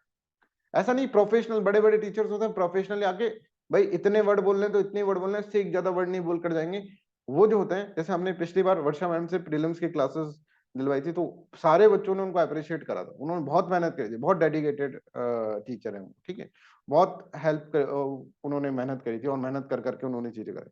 ऐसे टीचर्स मेरे को खोजने पड़ते हैं, ठीक है। नहीं तो फिर या तो फिर मेरे को ऐसा लगता है मैं ही पढ़ा दूं पूरा, ठीक है, क्योंकि इसमें प्रॉब्लम आता है ना। तो अब देखो टाइप्स ऑफ पेरेंटिंग समझो कि इसके अंदर टेबल कैसे बनाओगे ना। पहले लिख दिया, एक लाइन लिख दी ऊपर, ठीक है, एक लाइन लिख दी, मान लो 10 रुपए यहाँ पे चले गए, मतलब 10 वर्ड्स के अंदर लिख दिया कि अथॉरिटेटिव, परमिसिव और ये अथॉरिटेटिव, परमिसिव और डेमोक्रेटिक पेरेंटिंग है, और उससे डिफरेंट वैल्यू सिस्टम डेवलप होता है, ये आपने इसके अंदर लिख दिया, ठीक है। अब यहाँ पे लिखो टाइप ऑफ पेरेंटिंग, ठीक है, और यहाँ पे लिखो वैल्यू सिस्टम डेवलप्ड, ठीक है। पहला लिखो अथॉरिटेटिव, और इसके अंदर वैल्यू सिस्टम क्या क्या डेवलप होंगे लिख दो बस, और कुछ नहीं लिखना आपको। अथॉरिटेटिव डेफिनेशन लिख दो कि इंपोज करते हैं वैल्यू सिस्टम, ठीक है, चाइल्ड के ऊपर इंपोज करते हैं वैल्यू सिस्टम। ज्यादा बड़ा आपको लिखना नहीं, इतना वर्ड है ही नहीं अपने पास। हमसे जब बोल दे कभी स्टाइल ऑफ पेरेंटिंग पे क्वेश्चन आया तो लिख दो पूरा। फिर यहाँ पे फिर सेकंड लिख दो डेमोक्रेटिक, जिसके अंदर बच्चों को क्या करते हैं, बच्चों को फ्रीडम देते हैं, ऑटोनॉमी देते हैं, ठीक है। और तीसरा परमिसिव, यहाँ पर जब लिख रहे हो तुम, तो ये स्पेस आपकी खाली नहीं जानी चाहिए, स्पेस के अंदर आपने डेफिनेशन लिख दी थी उनकी, और यहाँ पे लिख दिया कि ये वैल्यू सिस्टम इनकलकेट हुआ, ये वैल्यू सिस्टम, ये वैल्यू सिस्टम। अब देखो कितना, पहला चीज ये है कि प्रेजेंटेशन आपका अच्छा हो गया। आप यही चीज आप अपनी कॉपी में देखो, ये चीज अपने कितने पेजेस में लिखी है। अच्छा एक बार उज्ज्वला देख कर बताओ कितने पेजेस में लिखी है आपने ये चीज, पेरेंटिंग वाला, उज्ज्वला? 2 पेजेस से। 2 पेजेस में लिखी है ना।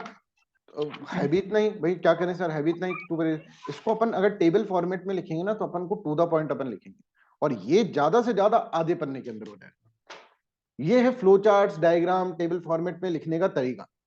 इससे क्या होता है कि उस एग्जामिनर को भी ज्यादा नहीं हुआ, इंट्रोडक्शन उसने देख लिया भाई, बिल्कुल ट्रेडिशनल इंट्रोडक्शन लिखा है जिसके अंदर सब पॉइंट उसको मिल गए। अब बॉडी पार्ट के अंदर इसने बच्चे ने इनोवेशन कर दिया, क्लैरिटी के अंदर मेरी आंखों के सामने आ गया, अथॉरिटेटिव पेरेंटिंग आता है, डेमोक्रेटिक आता है और परमिसिव आता है। ज्यादा थोड़ी ना पढ़ेंगे वो, तुम्हारा एक एक पॉइंट थोड़ी ना पड़ेगा। मेरे को तो इसलिए पढ़ना पड़ेगा क्योंकि मेरे को देखना था तुमने कहाँ कहाँ पे गलती करी, एक पॉइंट भी गलत कर दिया तो मेरे को गोला निकाल के उसको लिख दिया कि भाई ऐसे मत लिखो। ठीक है, वैल्यू सिस्टम क्या डेवलप हुई, आप यहाँ पे लिखेंगे साहब क्या वैल्यू सिस्टम डेवलप हुई, यहाँ पे लिखेंगे क्या वैल्यू सिस्टम डेवलप हुई, यहाँ पे लिख देंगे क्या, 3 लाइनों के अंदर लिख देंगे, इतना ही तो है। और ये आपका आधे पन्ने के अंदर वो चीज आ जाएगी जो कि आपको 2 पन्ने में लिखनी है। ये आपका है कि इनोवेटिव मैनर के अंदर आपने जो स्पेस एंड टाइम था उसको यूटिलाइज करा, इनोवेटिव मैनर के अंदर स्पेस एंड टाइम को आपने यूटिलाइज करा, ये आपका इसके अंदर। अब इसके अंदर आप और चीजें भी लिख सकते हैं भाई, है ना। एक पन्ना आपका भर गया है, आपको 2 पन्ने मिले, एक पन्ना आपका भर गया है।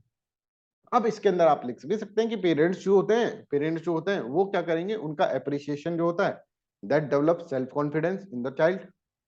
क्यों लिख रहे हैं हम, कोई मेरे को बता सकता है, एक एग्जांपल देना है हमको, कौन सा एग्जांपल देंगे यहाँ पे बच्चों, कि parents appreciation develop self confidence and attributional patterns in the child, बताओ।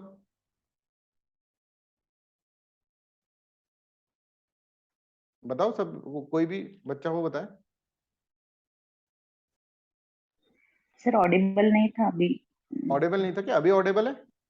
हाँ अभी है। हाँ, तो मैं ऐसे बोल रहा हूँ, कहाँ तक ऑडिबल था, कहाँ तक सुन गया था उज्ज्वला, एक बार बता दें प्लीज। सर ये चार्ट फॉर्म तक जो क्वेश्चन आपने पूछा वो ऑडिबल नहीं था। हाँ, अब देखो क्या हुआ कि अब हम इसके आगे अब और भी चीज लिख सकते हैं कि भाई हमारे पास एक पन्ना भरा है अभी, ठीक है, अभी हमारे पास स्टिल 1 पेज लेफ्ट। तो हम ऐसा लिख सकते हैं कि देखो आगे हम और चीजें भी लिख सकते हैं कि पेरेंट्स एप्रिसिएशन, पेरेंट के एप्रिसिएशन जो होता है वो डेवलप करता है क्या, self confidence in the child, self confidence और एट्रीब्यूशनल पैटर्न डेवलप कर देता है चाइल्ड के अंदर, ये रोल है सेल्फ कॉन्फिडेंस और एट्रीब्यूट। फॉर एग्जांपल अब बताओ क्या लिखेंगे एग्जांपल के अंदर, क्या चीज लिखेंगे एग्जांपल के अंदर, story of Edison. Very good, यहाँ पे आ गया ना, कितना अच्छा आंसर बन रहा है अपना, कि आपने वो चीज भी कर दी। क्यों क्यों हुआ वो चीज, क्यों इनकलकेट हुई, क्योंकि ये आपने भाई 2 पन्ने की जगह 1 पन्ने के अंदर लिख दिया, है ना। 2 पेजेस की जगह आपने 1/2 पेज के अंदर लिख, 3/4 मान लो, 3/4 पेज में लिख दिए। इसलिए अब हमारे पास और चीज करने का हमारे पास लिबर्टी आ गई कि भाई हम और अपना आंसर अच्छा कर सकते हैं। आप क्या लिखना है, खाली कंक्लूजन ही तो लिखना है, तो इसके अंदर क्या लिखेंगे, पेरेंट्स एप्रिसिएशन डेवलप, है ना। नेक्स्ट इसके बाद स्टेबल के बाद लिखेंगे parents appreciation develops self confidence and attributional pattern in the child.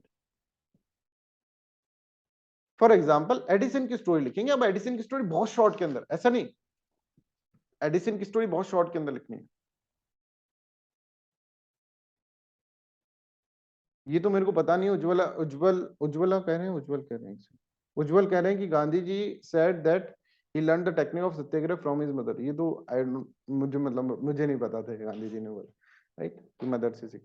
हाँ, उसको भी लिख सकते हैं कि आप ये लिखेंगे भाई इस तरह। अब एडिसन की स्टोरी कैसे लिखोगे, Thomas Alva Edison who was a adult child, ठीक है, बट बट हिज मदर, उसकी मदर ने क्या करा, मदर ने उसको ये पता नहीं लगने दिया, ठीक है, और उसको जब स्कूल से निकाल दिया गया, ठीक है, जब उसकी मदर ने उसको कहा कि स्कूल वाले जो हैं that are not capable to teach you, और इसके कारण वो जीनियस ऑफ द सेंचुरी बन गया। ये आपने एक वर्ड के अंदर, एक लाइन के अंदर लिख दिया। वहीं ऑन द अदर हैंड करके स्टोरी ऑफ यंग थीफ भी लिख सकते हैं अगर तुम्हारा स्पेस परमिट कर रहा है। अब यहां पर ये स्टोरी लिखने के बाद अब आपके पास चीजों की कमी आ गई है, आंसर की कमी आ गई है, मतलब स्पेस की कमी आ गई है। मतलब आपका भर गया है, मान लीजिए 1.5 पेज आपका भर गया, इंट्रोडक्शन हो गया, ये वाली चीज लिख दी बॉडी पार्ट के अंदर, एंड अल्वा एडिसन की स्टोरी लिख दी, और 1.5 पेज हो गया। हमको है ना 50 वर्ड्स चाहिए कंक्लूजन के लिए। अभी भी तुम्हारा जो है अपने क्या करा है कि आपको मान लो 200 वर्ड्स का लिखना है, तो अभी भी तुम 120 वर्ड्स के ऊपर ही पहुंचे पाओ, है ना। देखो वर्ड्स के खेल है, बस 120 वर्ड्स पे। अब तुम 2 चीज लिख सकते हो, है ना। स्टोरी ऑफ थीफ को हटाकर आप क्या लिख सकते हो, एक mother played very important role, और मदर का सिक्योर अटैचमेंट, ऐसे लिख सकते हो, सिक्योर अटैचमेंट और insecure attachment. Secure attachment will develop this kind of system, और insecure attachment will develop this kind of system. ये आप इसके अंदर लिख सकते हैं। तो बिल्कुल टू द पॉइंट हो जाएगा।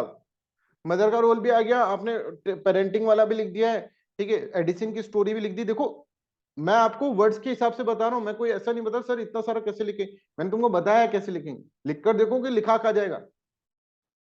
पर तुम स्टार्टिंग के अंदर ये अगर तुम अपने 100 वर्ड्स को स्टार्टिंग में सोशलाइजेशन की डेफिनेशन बताओगे, फिर उसके बताओगे कि एजेंट ऑफ सोशलाइजेशन कितने होते हैं, फिर उन एजेंट ऑफ सोशलाइजेशन में से फैमिली इंपॉर्टेंट और यहां से स्टार्ट करोगे तो बच्चों कैसे होगा, तुम खुद सोच कर देखो एक बार, प्लीज ट्राई टू अंडरस्टैंड।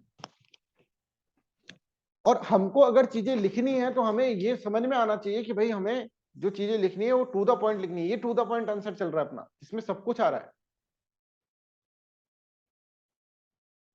हमने ये बता दिया रोल ऑफ फैमिली क्या है, मदर का भी डाल दिया इसके अंदर, एडिशन वाला चीज भी डाल दी कि पेरेंट्स का अप्रिसिएशन कैसा इंपॉर्टेंट होता है। पेरेंट्स, और एक दो पॉइंट और लिख सकते हो कि पेरेंट्स जो है ऑब्जर्वेशन स्किल्स से सीखता है, पेरेंट्स ऑब्जर्वेशन से सीखता है, ये चीजें भी लिख सकते हो।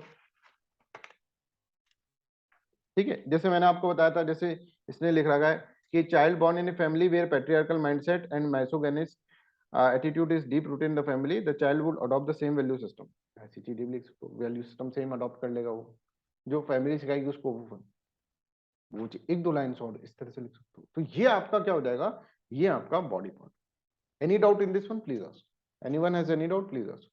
जो बच्चे लेट आए हैं वो समझे कि बहुत चीजें मिस कर रहे हैं, तो प्लीज ट्राई टू अंडरस्टैंड कि आप देख लेना वीडियो उसको पूरा, है ना। ये वीडियो मैं यूट्यूब पे भी डाल दूंगा जिससे सब बच्चों को पता चल जाए आंसर राइटिंग क्या होता है ना, बहुत प्रॉब्लम रहता है तो सारे बच्चे, तो यूट्यूब पे भी डाल दूंगा, तो आपको डायरेक्टली ये मिल जाएगा, right. I hope this is clear to everyone. बच्चों वॉल्यूम सही आती है क्या आप लोगों को रिकॉर्डेड में और इसमें? यस सर, क्लियर है सर। क्लियर है ना वॉल्यूम? कुछ बच्चों, क्योंकि मेरे को लगता है कहीं रिकॉर्ड सही से नहीं हो रहा हो तो आप लोग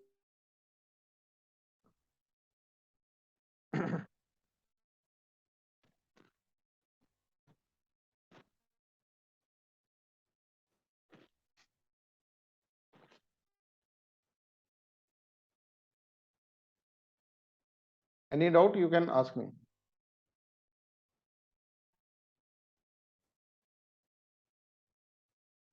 Now the volume is more clear, please let me know.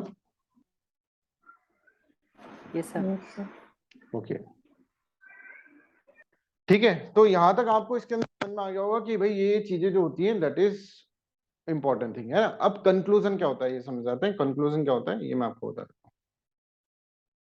ठीक है, बॉडी पार्ट समझ में आ गया, आप कंक्लूजन कैसे लिखेंगे ये मैं आपको बता दूं। कंक्लूजन, कंक्लूजन के अंदर क्या क्या आप देखो, कंक्लूजन मतलब कंक्लूडिंग। अब आपने जो अपना अपना आपको आपने जो अपना ज्ञान था वो सब बांट दिया है, ठीक है, अब आप कंक्लूड कर रहे हैं सब।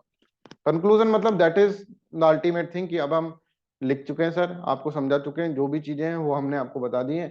अब हम क्या कर रहे हैं, अब हम यहाँ पर ये चाह रहे हैं कि अब हम कंक्लूड करना चाह रहे हैं, चीजों को कंक्लूड करना है। तो कंक्लूजन के अंदर कभी कभार क्वेश्चन के हिसाब से देखें तो कुछ सजेशंस आ सकते हैं।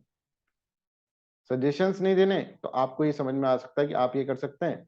अगर मान लीजिए ऐसा कोई क्वेश्चन जिसमें सजेशन नहीं देने तो आप ये समझ सकते हैं कि कुछ ऐसा गवर्नेंस का पार्ट है तो मान लो कॉन्स्टिट्यूशन को लेकर एग्जांपल लेकर आप कुछ लिख सकते हैं। कुछ सजेशन नहीं दे रहे तो लास्ट में ऐसे लिख दो कि ऐसे देखो 10 family play very very important role in child's life in developing child का जो सोशलाइजेशन की डेफिनेशन यहाँ पर यूज कर लो, in developing what nascent individual into the productive asset of the society. और इससे वर्क कल्चर इंप्रूव होता है, वर्क कल्चर इंप्रूव होता है तो कंट्री जो होगा वो डेवलप करेगा। ऐसा लिख दोगे तो मतलब ये आपने कंक्लूड कर दिया, ठीक है। या फिर आप सजेशंस दे सकते हैं, ठीक है ना, सजेशंस दे सकते हैं कुछ कॉन्स्टिट्यूशन से रिलेटेड, क्योंकि गवर्नेंस से रिलेटेड बहुत सारे क्वेश्चंस आएंगे आगे चलकर, मैं आपको बताऊंगा, तो वो लिख सकते हैं। या फिर इस तरह से आप ये, बिकॉज अगर कंक्लूजन नहीं लिखोगे तो अब्रप्ट आंसर एंड हो गया कि भाई साहब कहाँ चले गए, बीच बीच में बात करते करते कहीं उठ के ये आप समझो, ट्राई टू अंडरस्टैंड कि this is very very important. तो कंक्लूजन जब आप लिखो, जैसे इस क्वेश्चन का कंक्लूजन आप ऐसे लिख सकते हो कि हमको डेमोक्रेटिक पेरेंटिंग करनी चाहिए और अच्छी वैल्यू सिस्टम्स डेवलप करनी चाहिए चाइल्ड के अंदर, जिससे कि चाइल्ड एक प्रोडक्टिव एसेट बने सोसाइटी का, और वर्क इथिक्स भी इसके अंदर इंप्रूव होंगे, ठीक है। वर्क इथिक्स इंप्रूव होंगे तो कंट्री की बेटरमेंट के अंदर काम आएगा, दैट इज वेरी इंपॉर्टेंट, और कंट्री विल डेवलप अगर इस तरह का बच्चा हुआ। तो हमने लास्ट तक लेकर चले गए उसको, वर्क इथिक्स तक लेकर चले गए। जो हमने इंट्रोडक्शन लिखा था ना इसके अंदर, अगर इंट्रोडक्शन लिखा हुआ यहाँ पे वर्क इथिक्स लिखा था तो यहाँ तक अपन ने फिर खींच दिया उसको पकड़ के कि ये सब चीजें इंप्रूव हो जाएगा। हमने बता दिया कि भाई कैसे कैसे बच्चा पैदा होगा तुम्हारा, कैसे कैसे बनेगा, ये हमने बता दिया, और फिर लास्ट के अंदर तुम जाकर इस तरह से लिख सकते हो। I hope this is clear to everyone. Any doubt in this question you can ask me. Yes, anyone has any doubt? Ujjwala please. Sir sir conclusion में फिर ये भी लिख सकते हैं क्या कि ये मतलब चाइल्ड डेवलपमेंट के बाद जो डेमोग्राफिक डिविडेंड बनेगा it will be helpful in nation building? हाँ बिल्कुल, नेशन बिल्डिंग बिल्कुल लिख सकते हो। ये तो लिखना है कि जिससे कंट्री डेवलप करेगी, नेशन बिल्ड होगा, सोसाइटल एथिक्स डेवलप होंगे, सोसाइटी अच्छी रहेगी, पीस हार्मनी बढ़ेगी, इंटरनेशनल पीस मतलब जो नेशन के अंदर पीस हार्मनी बढ़ेगी, ये आप लिख सकते हैं, है ना? बिल्कुल लिख सकते हैं। जैसे आपने thus family play an important role in inculcating a value system in child which are long lasting and determine the future of the child and his attitude towards the society and helps in developing nation and helps in nation building। ऐसे लिख सकते हो, बिल्कुल लिख सकते हो उज्ज्वल, है ना? कहने का मतलब अपना ये है कि हमने कंक्लूजन हमको इसलिए लिखना है क्योंकि एक तो कुछ सजेशन, कभी कभार क्वेश्चन के अंदर सजेशन होता है, जैसे नेक्स्ट क्वेश्चन में बताऊंगा तुमको सजेशन देने होते हैं, तो कहाँ पे जैसे बॉडी पार्ट में तो हम एक्सप्लेन करने में रह गए, तो कंक्लूजन के अंदर सजेशन दे देते हैं कि भाई ऐसा ऐसा करना चाहिए जिससे कि ये चीजें ना हो। ठीक है ना? तो अभी देखो मैंने अब बताया कि आई थिंक कि आधे बच्चों की या फिर 3/4 बच्चों की कॉपीज चेक हो गई, जिनकी नहीं हुई है ना वो भी अपनी कॉपीज लेकर बैठे सामने। ठीक है, मैं आज कर दूंगा, आज रात में पूरा रात में जग के कर दूंगा। ठीक है ना? तो ये इंपॉर्टेंट है क्योंकि एक्चुअल में क्या होता है कि 8 बजे बाद टाइम मिलना थोड़ा मुश्किल हो जाता है ना, 8 बजे बाद, क्योंकि अभी मेरे घर में एक 2.5 मंथ का बेबी है, राइट? तो उसको संभालने के अंदर सारा टाइम निकल जाता है, राइट? क्योंकि कभी तो दूं मैं उसको टाइम, कुछ तो टाइम दूं, सुबह का तो पूरा टाइम मैं अपने ऑफिस को दे रहा हूँ, तो कुछ टाइम तो दूं उसको, राइट? उसमें वैल्यू सिस्टम इनकलकेट करनी है हमको, राइट? तो उसको भी पेरेंटिंग, नहीं तो पेरेंटिंग वैसी हो जाएगी, परमिसिव पेरेंटिंग हो जाएगी। मैं नहीं चाहता कि मैं पढ़ा तो रहा हूँ और मैं अपने चाइल्ड को ही परमिसिव पेरेंटिंग के अंदर फंसा दूं, तो उसके बाद थोड़ा दिक्कत हो जाता है। अभी वाइफ इज नॉट देयर, ठीक है, वो अपने मायके गई हुई है, तो अभी मेरे पास टाइम है वो, ठीक है, and I am more than happy कि मैं ज्यादा से ज्यादा टाइम दे पाऊंगा, राइट? तो ये चीजें हैं। I hope this is clear to everyone. Any doubt you can ask me. पहला क्वेश्चन सबको समझ में आ गया? देखो यही तुम्हारी आर्ट बनाएगी, यही आगे चलकर तुम्हारे काम आएंगी ये सब चीजें। कोई भी डाउट हो ना तो अभी पूछ ले, ठीक है? अब दूसरा क्वेश्चन तो सर, और सर ये दूसरा क्वेश्चन तो और छोटा लिखना है हमको, सिर्फ 150 वर्ड्स के अंदर लिखना है, 10 मार्क्स का क्वेश्चन है, 150 वर्ड्स के अंदर हमको लिखना है।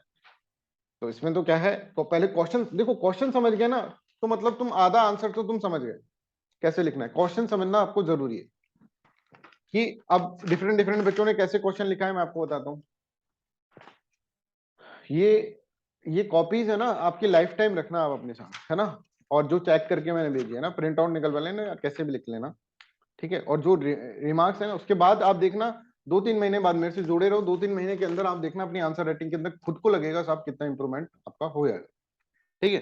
तो ये क्वेश्चन है many of the present social conflicts, ठीक है? तो यहाँ पर सबसे इंपॉर्टेंट तो प्रेजेंट है कि भाई आज जो संसार में सोशल कॉन्फ्लिक्ट हो रही है ना वो प्रीजुडाइसेस के कारण और डिस्क्रिमिनेशन के कारण हो रही है। इसको इलस्ट्रेट करना है। अच्छा, अब पिछले अगर हम सेंटेंस में देखें इसके अंदर तो हमारे ऊपर कमेंट था, कमेंट है ना, कीवर्ड के बारे में बात कर लेते हैं। कमेंट जो कीवर्ड था, कीवर्ड के बारे में है ना ऐसे धीरे धीरे बात कर लेंगे, जैसे जैसे आते रहेंगे ना उनके बारे में वैसे वैसे बात कर लेंगे, राइट? तो कमेंट जो है, कमेंट का मतलब क्या है कि आप कमेंट कर रहे हैं, इसके अंदर आप फ्री हैंडेड है ना, आप कमेंट कर रहे हैं कि मैं ऐसे ये चीजें इसके ऊपर मैं ये कमेंट करता हूँ कि फैमिली एक इंपॉर्टेंट एजेंट ऑफ सोशलाइजेशन, मैं कमेंट करता हूँ, तो दिस इज फ्रीली आप कर सकते हैं इसके अंदर। बट यहाँ पर इलस्ट्रेट दे रखा है, इलस्ट्रेट का मतलब क्या? कभी इलस्ट्रेट आ जाए ना उसका मतलब ये होता है कि आपको एग्जांपल्स देने हैं, बहुत सारे एग्जांपल्स देकर आपको समझाना है इस चीज को, that is known as what, that is known as illustration, उसको हम इलस्ट्रेशन कहेंगे, ठीक है? उस चीज को हम क्या कहेंगे, उस चीज को हम इलस्ट्रेशन कहते हैं कि बहुत सारी चीजों को के एग्जांपल्स देके आपको समझाना है। अब यहाँ पे क्या लिख रखा है, present social conflict arises due to prejudices and discrimination. अब यहाँ पे ना ये वर्ड प्रीजुडाइसेस आ गया। अब प्रीजुडाइसेस जो है ना थोड़ा टेक्निकल वर्ड है, सबको नहीं पता। फैमिली पूछना सोशलाइजेशन क्या होता है, फैमिली वाले बता देंगे हाँ सोशलाइजेशन का मतलब ये होता होगा कि बच्चा कोई भी सोशलाइज हो रहा है, और हो सकता है जैसे मीडिया तुम देखते हो तो उससे सोशलाइज, ऐसे कुछ ना कुछ बता देंगे, पर प्रीजुडाइज के बारे में बताना मुश्किल है, टेक्निकल वर्ड। तो जब भी ऐसे टेक्निकल वर्ड होते हैं ना तो स्टार्ट राइटिंग द डेफिनेशन, ठीक है? डेफिनेशन लिखना इसके अंदर थोड़ा सा अपना वो रहता है। और डेफिनेशन जो ऐसी चीजें है ना उनकी डेफिनेशन टू द पॉइंट याद रखो भाई, ये चीजें रटनी है आपको, वैसे तो रटने की जरूरत नहीं है, इतना अच्छे से समझाया, पर फिर भी अगर आप टू द पॉइंट डेफिनेशन लिखेंगे then there will be problem. तो कैसे लिखोगे आप? प्रीजुडाइसिस क्या है? Are negative attitude. ठीक है, अब पूरा क्वेश्चन आना चाहिए, ये पहला पॉइंट है, पूरा क्वेश्चन आना चाहिए। सिर्फ प्रीजुडाइज की डेफिनेशन लिख दी तो उससे भी काम नहीं चलेगा। दैट डेवलप, कैसे डेवलप होता है? That develop due to irrational illogical unreasonable belief system. और इसके ब्रैकेट में अगर ये चीज नहीं लिखना चाहते तो stereo, that develop through the stereotype. पर थोड़ा सा अपने पास अब इसके अंदर लिखने का है स्पेस, तो हम लिख सकते हैं स्टीरियोटाइप्स। ठीक है, पर ये तो डेफिनेशन हो गई सर। अब इसको कनेक्ट करना है अपन को आगे। ठीक है, इसको कनेक्ट करना है हमको आगे। बिलीफ सिस्टम या आपने ये बता दिया इसके अंदर, तो हमको डेफिनेशन आया, इसको कनेक्ट करना है हमको आगे। तो आप लिखिए प्रीजुडाइसेस जनरली लीड्स टुवर्ड्स डिसहार्मनी, ऐसे लिख दो, conflict in the society, disharmony and conflict in the society. इस तरह से आपने एक लाइन ये लिख दिया कि प्रीजुडाइसेस नेगेटिव चीजें साहब, it disharmony, conflict, social conflict develop कर देती है सोसाइटी के अंदर, है ना, वही चीज। Many of the present arises due to prejudice। तो आपने prejudices generally, वो आप उसको क्वेश्चन को ही तो हम थोड़ा सा इसके अंदर बता रहे हैं, राइट। अब लिखोगे इन प्रेजेंट टाइम, अब क्योंकि प्रेजेंट कॉन्टेक्स्ट में पूछा है, इन प्रेजेंट टाइम। अब देखो, अब वो वहां से याद करो, जयपुर से दिल्ली जाना है, ए बी सी सब लिखना है आपको। अब आपका आंसर क्या होगा? In present time also we observe that we observe that certain social conflicts like, है ना, प्रेजेंट टाइम में सोशल कॉन्फ्लिक्ट लाइक क्या? आप यहां पे लिखोगे like gender discrimination, caste discrimination, racism, mob lynching etcetera, है ना, अकर्स ड्यू टू प्रीजुडाइसेस। ये देखो साहब क्या लिखा है अपन ने। अब इसको आप देखेंगे 50 वर्ड से ज्यादा का नहीं है, गिन लो इसको, 50 वर्ड्स का, 50 से 60 वर्ड्स का है कि प्रीजुडाइसेस आर नेगेटिव एटीट्यूड, जिसमें हमने प्रीजुडाइसेस के बारे में बता दिया, negative attitude that develop due to the irrational, illogical, unreasonable belief system, या इन सबको हटाना तो स्टीरियोटाइप्स लिख दो। ठीक है, prejudices generally leads towards discrimination, conflict in the society. In present time also we observe that certain conflict like gender discrimination, caste discrimination or racism, mob lynching etc occurs due to prejudices। क्या तुम ये समझो कि इसको पढ़कर तुम question पे पहुंच पा रहे हो? बताएं मुझे, इसको पढ़कर क्वेश्चन पे पहुंच पा रहे हो?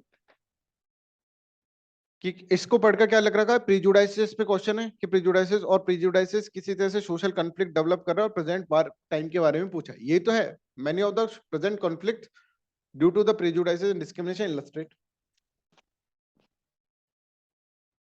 ठीक है, तो ये इसका इंट्रोडक्शन होगा। I hope this is clear to everyone. अब इंट्रोडक्शन से कनेक्ट करता हुआ बॉडी पार्ट कैसे होगा मैं आपको बताता हूँ। Just give me 2 minutes, just give me 1 minute, है ना, 60 सेकंड दीजिए, 60 सेकंड में मैं वापस आता हूँ।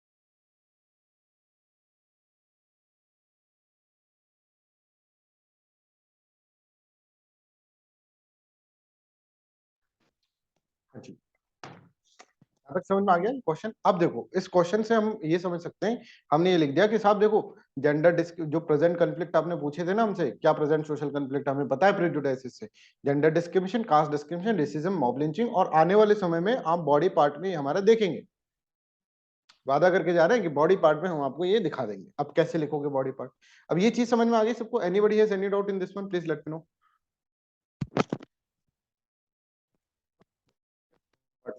कितना मतलब सिस्टमेटिक है, कितना फॉर्मेटिंग, जो मैं तुम्हारी कॉपी में बार बार लिख रहा हूँ कि फॉर्मेटिंग ठीक नहीं है, कंटेंट तो ठीक है, फॉर्मेटिंग, ये फॉर्मेटिंग ही बोलता है। अब देखो जब हमने यहाँ पे लिखा है कि जेंडर डिस्क्रिमिनेशन, कास्ट डिस्क्रिमिनेशन, मतलब हम ए पे पहुंचे, फिर बी पे पहुंचे, फिर सी पे पहुंचे, फिर डी पे पहुंचे, दिल्ली पहुंच गए, तो जेंडर डिस्क्रिमिनेशन क्या होता है, cast discrimination, racism, mob lynching, तो आपको ये सब बताना पड़ेगा कि किस स्टीरियोटाइप से जेंडर डिस्क्रिमिनेशन डेवलप हो रहा है, किस रॉन्ग बिलीफ सिस्टम से, किस प्रीजुडाइसिस से कास्ट डिस्क्रिमिनेशन हो रहा है, कि किस प्रीजुडाइसिस से रेसिज्म हो रहा है, किस प्रीजुडाइसिस से मॉब लिंचिंग हो रहा है, ये आपको इसके अंदर बताना। ठीक है, अब हम क्या करेंगे बॉडी पार्ट के अंदर, और बॉडी पार्ट के अंदर जब लिखो ना फॉर्मेटिंग क्या होता है समझो, कि जब तुमने यहाँ पर जेंडर डिस्क्रिमिनेशन लिखा है तो सबसे पहले जेंडर डिस्क्रिमिनेशन को ही लिखना, जब आपने यहाँ पे कास्ट डिस्क्रिमिनेशन लिखा है तो दूसरे पॉइंट को कास्ट डिस्क्रिमिनेशन। ये इतना सिस्टमेटिक देखते ही एग्जामिनर तो खुश हो जाएगा तुम्हारा कि जेंडर डिस्क्रिमिनेशन बोला बच्चे ने, हाँ तो अब पहले मेरे को ऐसा नहीं कि पहले तुमने मॉब लिंचिंग वाला एग्जांपल दे दिया, नहीं, जेंडर डिस्क्रिमिनेशन बोला है, इंट्रोडक्शन में आपने बता दिया कि देखो ये कॉन्फ्लिक्ट्स होंगे, यही सोशल कॉन्फ्लिक्ट्स होते हैं, जो तुमने पूछा है सोशल कॉन्फ्लिक्ट्स, तो यही सोशल कॉन्फ्लिक्ट्स है। आप इसको इलस्ट्रेट कर रहे हैं, एग्जांपल के थ्रू इलस्ट्रेट हम यहाँ पर कर रहे हैं, और यहाँ पे एग्जांपल के थ्रू इलस्ट्रेट कर रहे हैं, तो उसके अंदर हम ये चीजें आपको बता रहे हैं कि पहला, दूसरा, तीसरा, चौथा, है ना, करके ये लिख दो या पॉइंट्स में लिख दो कि अब आप क्या क्या लिखेंगे, आप प्रीजुडाइसेस, जैसे आप लिखेंगे जैसे कि भाई हम देखते हैं कि कुछ प्रीजुडाइसेस हैं, ठीक है, अगेंस्ट वीमेन, जैसे कि कौन कौन से प्रीजुडाइसेस हैं, women are not rational, rational नहीं है, और इमोशनल है, और इसके कारण क्या है, जेंडर डिस्क्रिमिनेशन डेवलप हो रहा है। ऐसे भी लिख सकते हो आप कि यहाँ पे प्रीजुडाइसेस लिख दो, प्रीजुडाइसेस, यहाँ पे आपको फिर स्पेस बच जाएगा, और यहाँ पर लिख दो कि किस तरह का सोशल कॉन्फ्लिक्ट डेवलप हो रहा है सिस्टम के अंदर, सोशल कॉन्फ्लिक्ट। तो रेशनल और इमोशनल है, तो इसको क्या करेंगे, इसके अंदर क्या क्या हो जाएगा, यहाँ पर डिस्क्रिमिनेशन किस तरह से हो जाएगा, यहाँ पर ये हो जाएगा कि वीमेंस को रेशनल है तो मतलब डिसीजन मेकिंग के अंदर नहीं आएंगी, ठीक है, डिसीजन मेकिंग के नहीं आएंगी, फिर इमोशनल सिर्फ डोमेस्टिक कोर्ट्स के अंदर रहेंगी, डोमेस्टिक कोर्ट्स के अंदर, ठीक है, ये रहेंगी। तो इससे क्या होगा, लेबर फोर्स पार्टिसिपेशन रेट कम हो जाएगा, लेबर फोर्स पार्टिसिपेशन रेट, और इससे क्या होगा, ये एक तरह से सोसाइटी के अंदर आगे चलकर फिर सोशल कॉन्फ्लिक्ट होगा, बिकॉज सारे के सारे रिसोर्सेज मैन के पास ही रह जाएंगे, विमेन के पास सिर्फ घर की चीजें रह जाएंगी, और घर में भी उसका पूरा अधिकार नहीं, सोशल कॉन्फ्लिक्ट हो गया। ठीक है, दूसरा प्रेजुडिस आप gender discrimination, it leads to gender discrimination, this is gender discrimination. Gender discrimination किसी भी सभ्य सोसाइटी के अंदर एक तरह से सोशल कॉन्फ्लिक्ट ही माना जाएगा, ठीक है, डिस्क्रिमिनेशन कर रहे हैं। फिर आप कहेंगे womens are physically weak, physically weak ऐसा एक प्रेजुडिस है, ठीक है, और इससे क्या होता है, इससे डोमेस्टिक वायलेंस, डोमेस्टिक वायलेंस हो सकता है, ठीक है, domestic violence, it will lead to a domestic violence, it will lead to कि सर्टेन जॉब्स जो होंगी वही फीमेल के लिए रहेंगी, सारी जॉब्स जो होंगी फीमेल की, अगर कि फीमेल का जो होगा डिसीजन मेकिंग के अंदर, ये सब चीजें है ना। इस तरह से आपको प्रेजुडिस बताना है, और प्रेजुडिस से क्या सोशल कॉन्फ्लिक्ट, ये प्रेजुडिस है, ये कोई सही बात नहीं है ये कि रेशनल है या फिर इंटेलिजेंट है, इंटेलिजेंट नहीं है, इरेशनल है विमेन और इमोशनल ज्यादा, ये प्रेजुडिस जो मनगढ़ंत चीजें हमने बना रखी फिजिकली। इस तरह के प्रेजुडिस आपको लिखने पड़ेंगे। जेंडर डिस्क्रिमिनेशन पहला टॉपिक डाल देना इसके अंदर, और इस तरह से प्रेजुडिस और इस तरह से सोशल कॉन्फ्लिक्ट आपको इसके अंदर लिखने पड़ेंगे।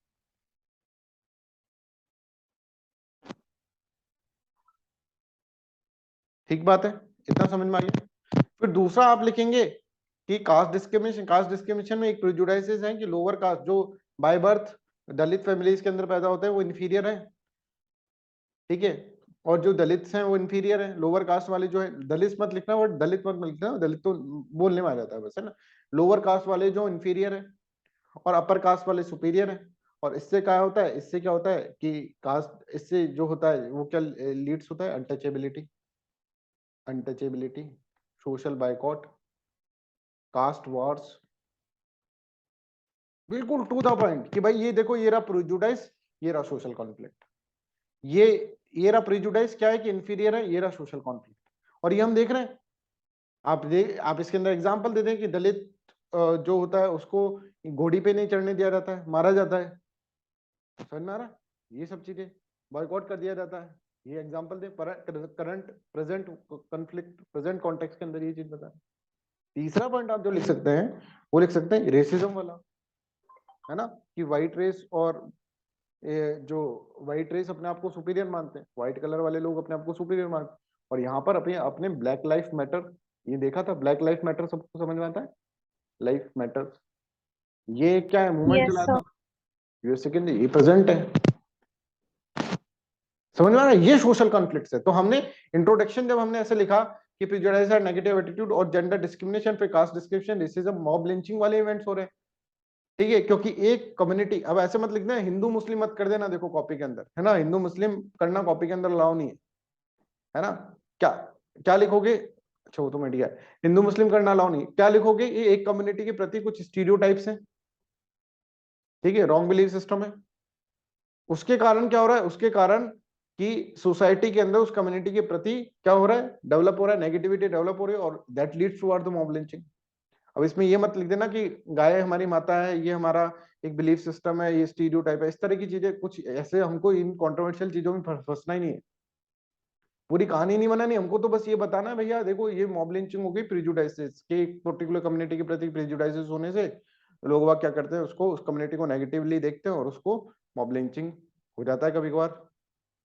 अब हमने यहाँ पे कम्युनिटी ये डिसाइड नहीं करी कि वो पर्टिकुलर कम्युनिटी हिंदू है कि मुस्लिम है, ऐसे डिसाइड नहीं करना।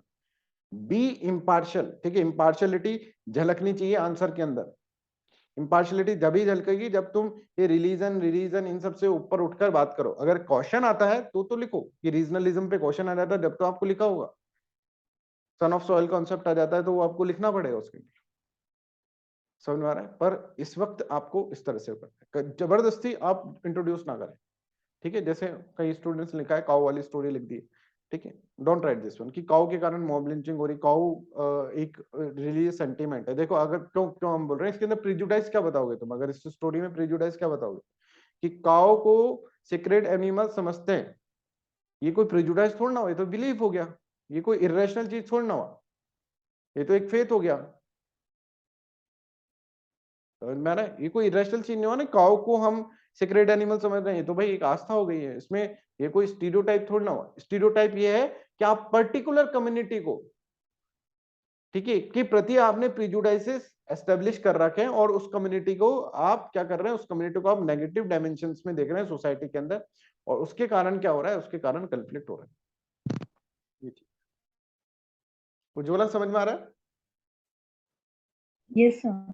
है ना, इस तरह से हमको लिखकर हमको ये करना है। अब इस क्वेश्चन के अंदर हमने एग्जांपल दे दिए, इनफ एग्जांपल दे दिए, और आपका 100 वर्ड्स ही पूरे हुए हैं, अभी ज्यादा नहीं हुए, 100 से आप देख ले 100 से 120 वर्ड्स ही हुए होंगे, ठीक है, क्योंकि 50 वर्ड्स इसके अंदर लिखे, तो आप देख रहे हैं 50-70 वर्ड्स इसके अंदर लिख दे। उज्जवल मिश्रा, यस सर जैसे मनरेगा स्कीम में है कि एनएसएसओ का डेटा जो है कि मेन को 264 रुपीज देते हैं और वुमेन को 205 अप्रोक्स कुछ, तो एग्रीकल्चरल लेबरर्स में, तो इसको भी कोट कर सकते हैं, इसकी वजह से डिक्लाइन इन वर्कफोर्स हो जाता है। हो रहा है, पर इससे ना कोई मतलब ऐसा सोशल कन्फ्लिक्ट नहीं आ रहा है। मतलब एक्चुअल में क्या है कि जब आप इंफीरियर समझ रहे हैं, इरेशनल समझ रहे हैं, ठीक है, और उसको घर में काम करने की इजाजत है, बाहर नहीं जा पा रही, तो उससे सोशल कॉन्फ्लिक्ट तो आ रहा है। पर अनइक्वल वेजेस जो है, हाँ लिख सकते हो, अनइक्वल वेजेस लिख सकते हो कि अनइक्वल वेजेस जो होते हैं वो भी दिए जा रहे हैं जेंडर डिस्क्रिमिनेशन के कारण, वो लिख सकते हो बिल्कुल, ठीक है, अनइक्वल वेजेस भी लिख सकते हो, बट अवॉइड भी कर सकते हो क्योंकि इसके अंदर सोशल कॉन्फ्लिक्ट कहीं दिख नहीं रहा है। Ujjwal, okay sir, thank you. I hope this is clear to everyone. यहाँ तक सबको क्लियर है, ठीक है, racial discrimination, black life matters और ये सब चीजें हो जाएगा, राइट। अब कंक्लूजन के बारे में बात आती है कि भाई what should be the conclusion, कि कंक्लूजन क्या होना चाहिए, ये आपको इसके अंदर समझ में आना चाहिए कि what should be the conclusion of this question. अब इस कंक्लूजन के अंदर हमको, क्योंकि हमने समाज के अंदर क्या प्रिजुडाइसेस हैं और उसके कारण क्या वैल्यू सिस्टम, क्या मतलब सोशल कॉन्फ्लिक्ट हो गया, ये हमने बहुत ब्यूटीफुली बता दिया इस क्वेश्चन के अंदर, body part. Conclusion should be some suggestive one, कि मीडिया का रोल मॉडल अप्रोच अपनाना चाहिए, जैसे जेंडर डिस्क्रिमिनेशन को हटाने के रोल मॉडल अप्रोच अपनाना चाहिए, एटीट्यूडनल चेंज लाना चाहिए सोसाइटी के अंदर, एक तरह से चेंज एजेंट बने, सब सिटीजन्स का ये है कि जो प्रेजुडाइसेस है उनके खिलाफ बात हो सोसाइटी के अंदर, अवेयरनेस डेवलप हो। मीडिया का रोल है बहुत इंपॉर्टेंट कि मीडिया इस तरह की चीजों को मोटिवेट ना करे, है ना। तो ये चीजें जो है, जैसे मीडिया का रोल आप कहेंगे, दूसरा आप बोलेंगे कि भाई इंडिविजुअल सिटीजन्स का रोल, ठीक है। आप इसके अंदर बात करेंगे कि रोल मॉडल अप्रोच अपनाकर प्रेजुडाइसेस को हटाएं, जैसे साक्षी मलिक का एग्जांपल दे दें, ठीक है। जनरल अवेयरनेस क्रिएट करें इसके अंदर, ठीक है, एडवर्टाइजमेंट के थ्रू, उनके थ्रू, जिससे कि क्या हो कि सोसाइटी के अंदर सोशल सीमेंट डेवलप हो। सोशल सीमेंट का मतलब समझ रहे हैं, ये वर्ड आ जाएगा ना सोशल सीमेंट, तो सब कुछ समझ में आ जाएगा कि सोशल सीमेंट मतलब सब आपस में जुड़े हुए। ये आपका, any doubt in this one, please let me know, anyone has any doubt in this question?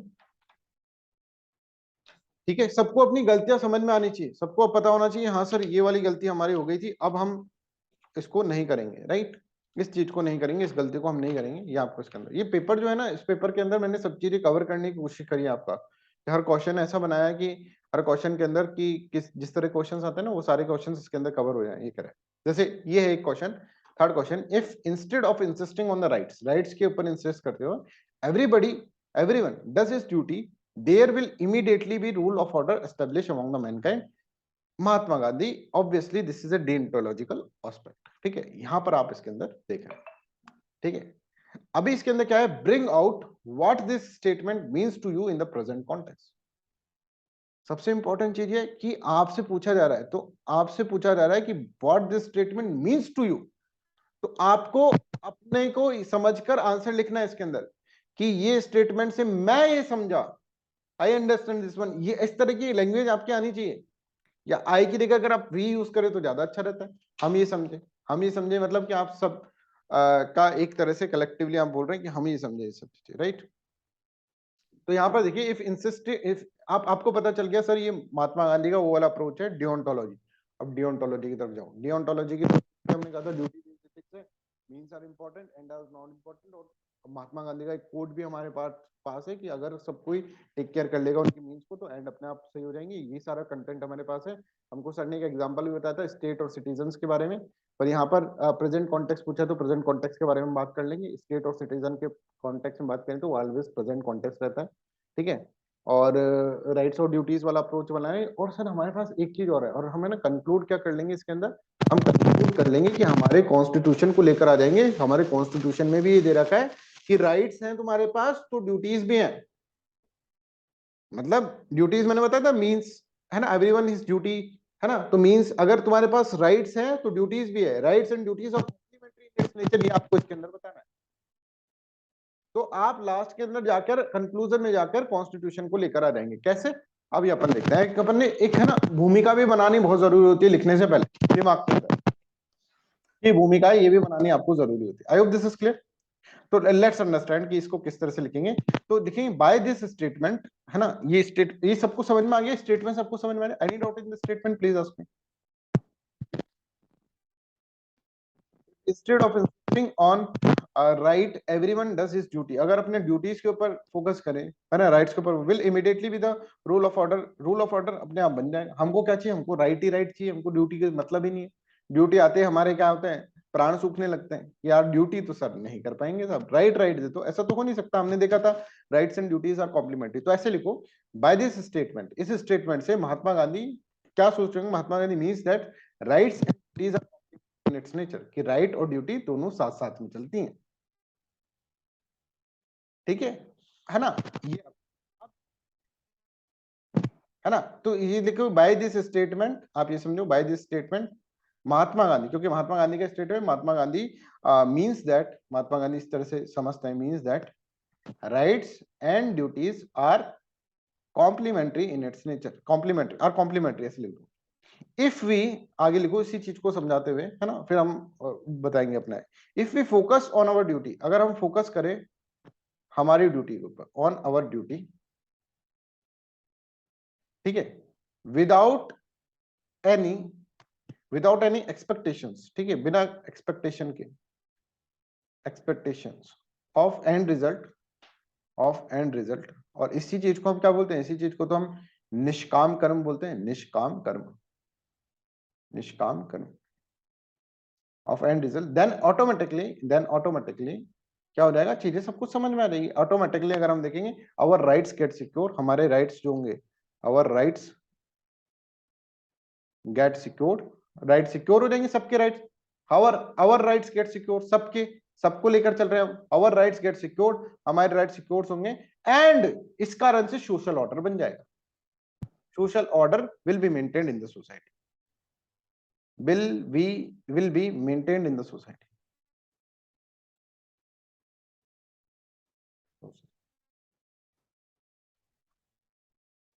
क्या ये बात समझ में आ गई सबको? अब बताओ इसमें किसी को कोई डाउट है? By this statement, Mahatma Gandhi means that rights and duties of if we focus on our without award will be निष्काम करना, then automatically our right gets secured and social order. Social order क्यों क्या था? क्योंकि हमारे right secure होंगे, सबके right secure हो जाएंगे तो मजा आ जाएगा। कैसे? टीचर के भी राइट सिक्योर हो जाएंगे, अगर टीचर अगर अपनी ड्यूटी अच्छी करता है तो उसके राइट सिक्योर हो जाएंगे, स्टूडेंट के राइट। ऑर्डर में आ गया सब कुछ?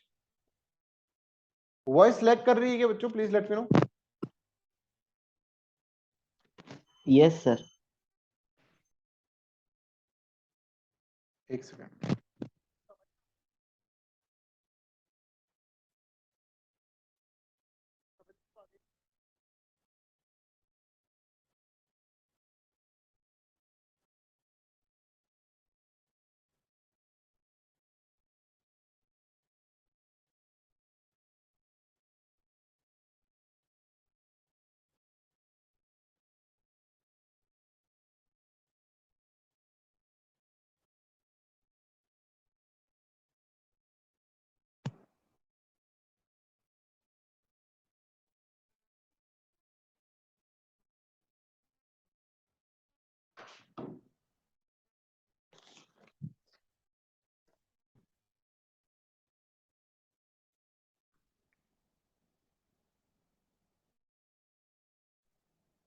अभी क्लियर है आवाज?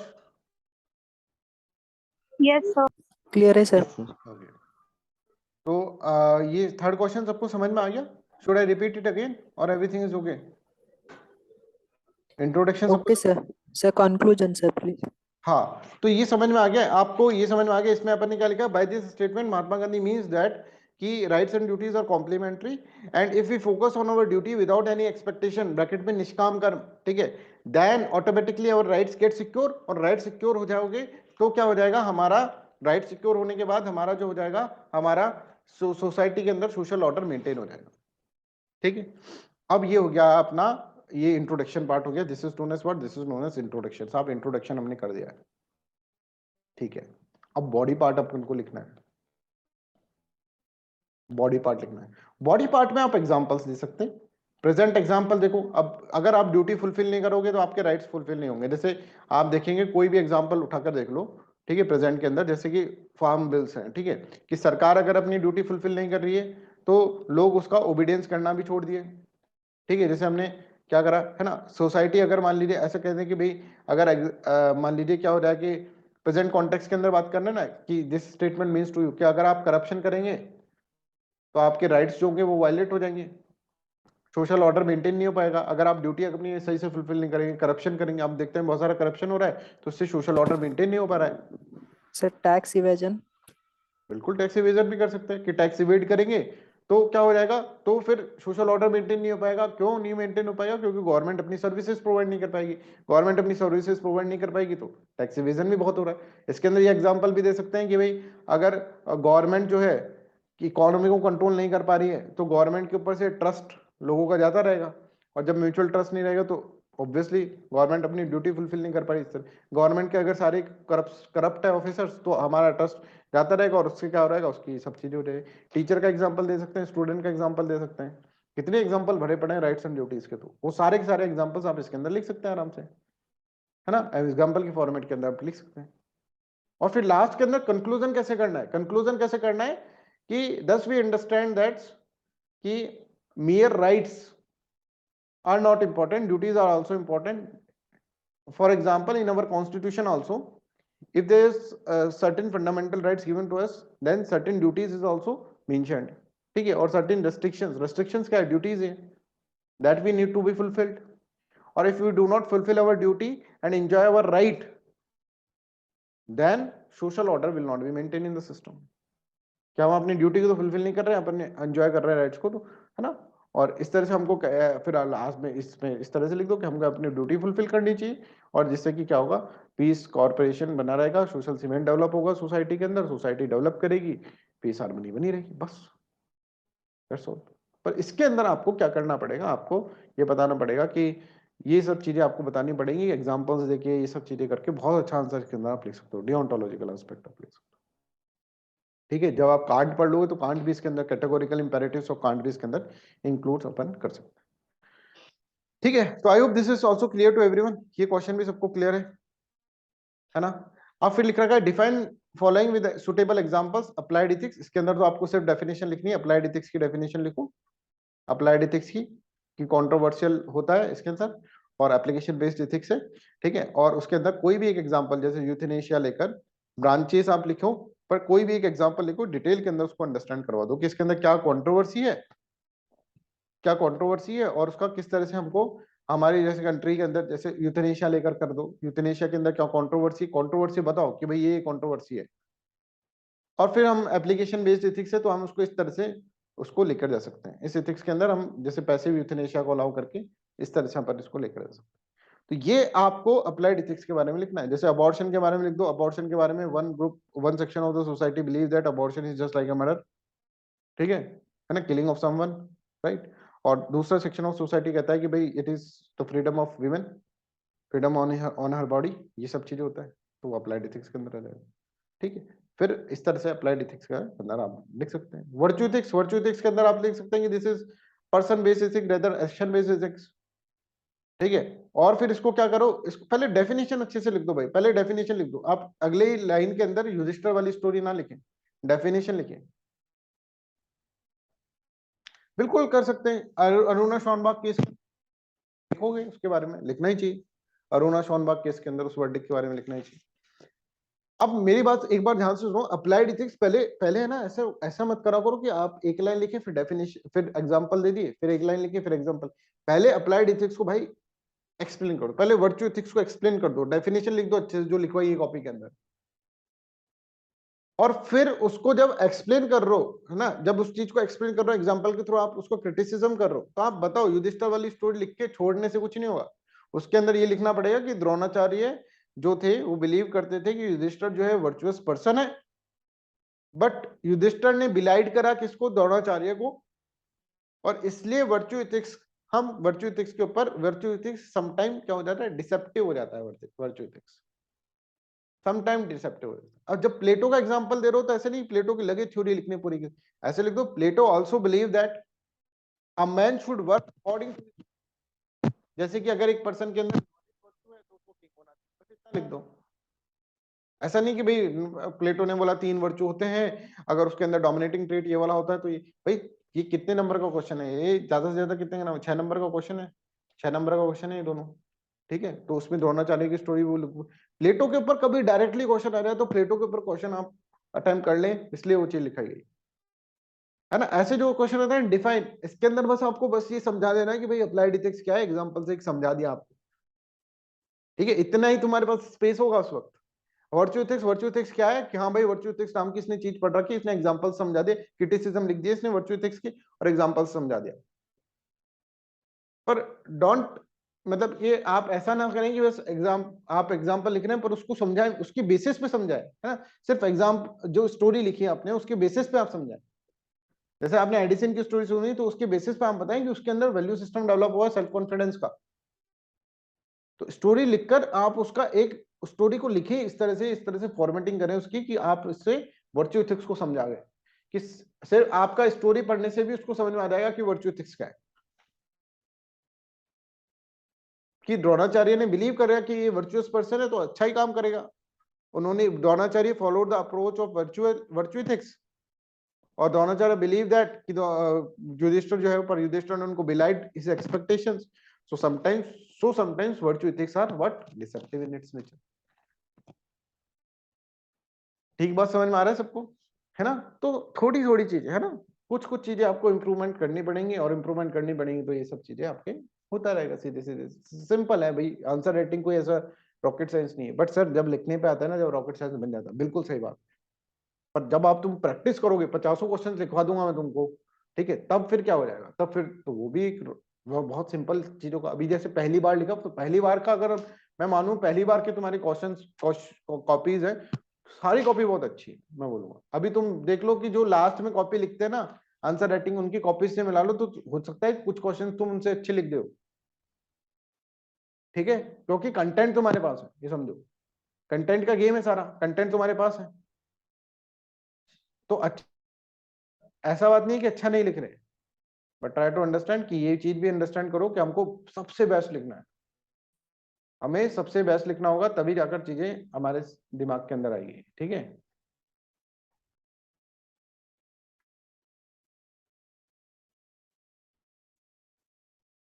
ठीक है, any doubt please let me know, anyone has any doubt? Sir ऐसे जहाँ पर 2 क्वेश्चंस पूछे हुए होते तो दोनों में कंक्लूजन लिखना चाहिए ना, मतलब दोनों के लिए सेपरेट कंक्लूजन लिखना चाहिए नहीं, सेपरेट या एक? कंक्लूजन, कंक्लूजन तो देखो, सेपरेट कंक्लूजन, इंट्रोडक्शन आपका होना चाहिए जिसके अंदर पूरा क्वेश्चन है ना। कंक्लूजन तो आपने जो बॉडी पार्ट का लिखा है ना, conclusion is based on body part.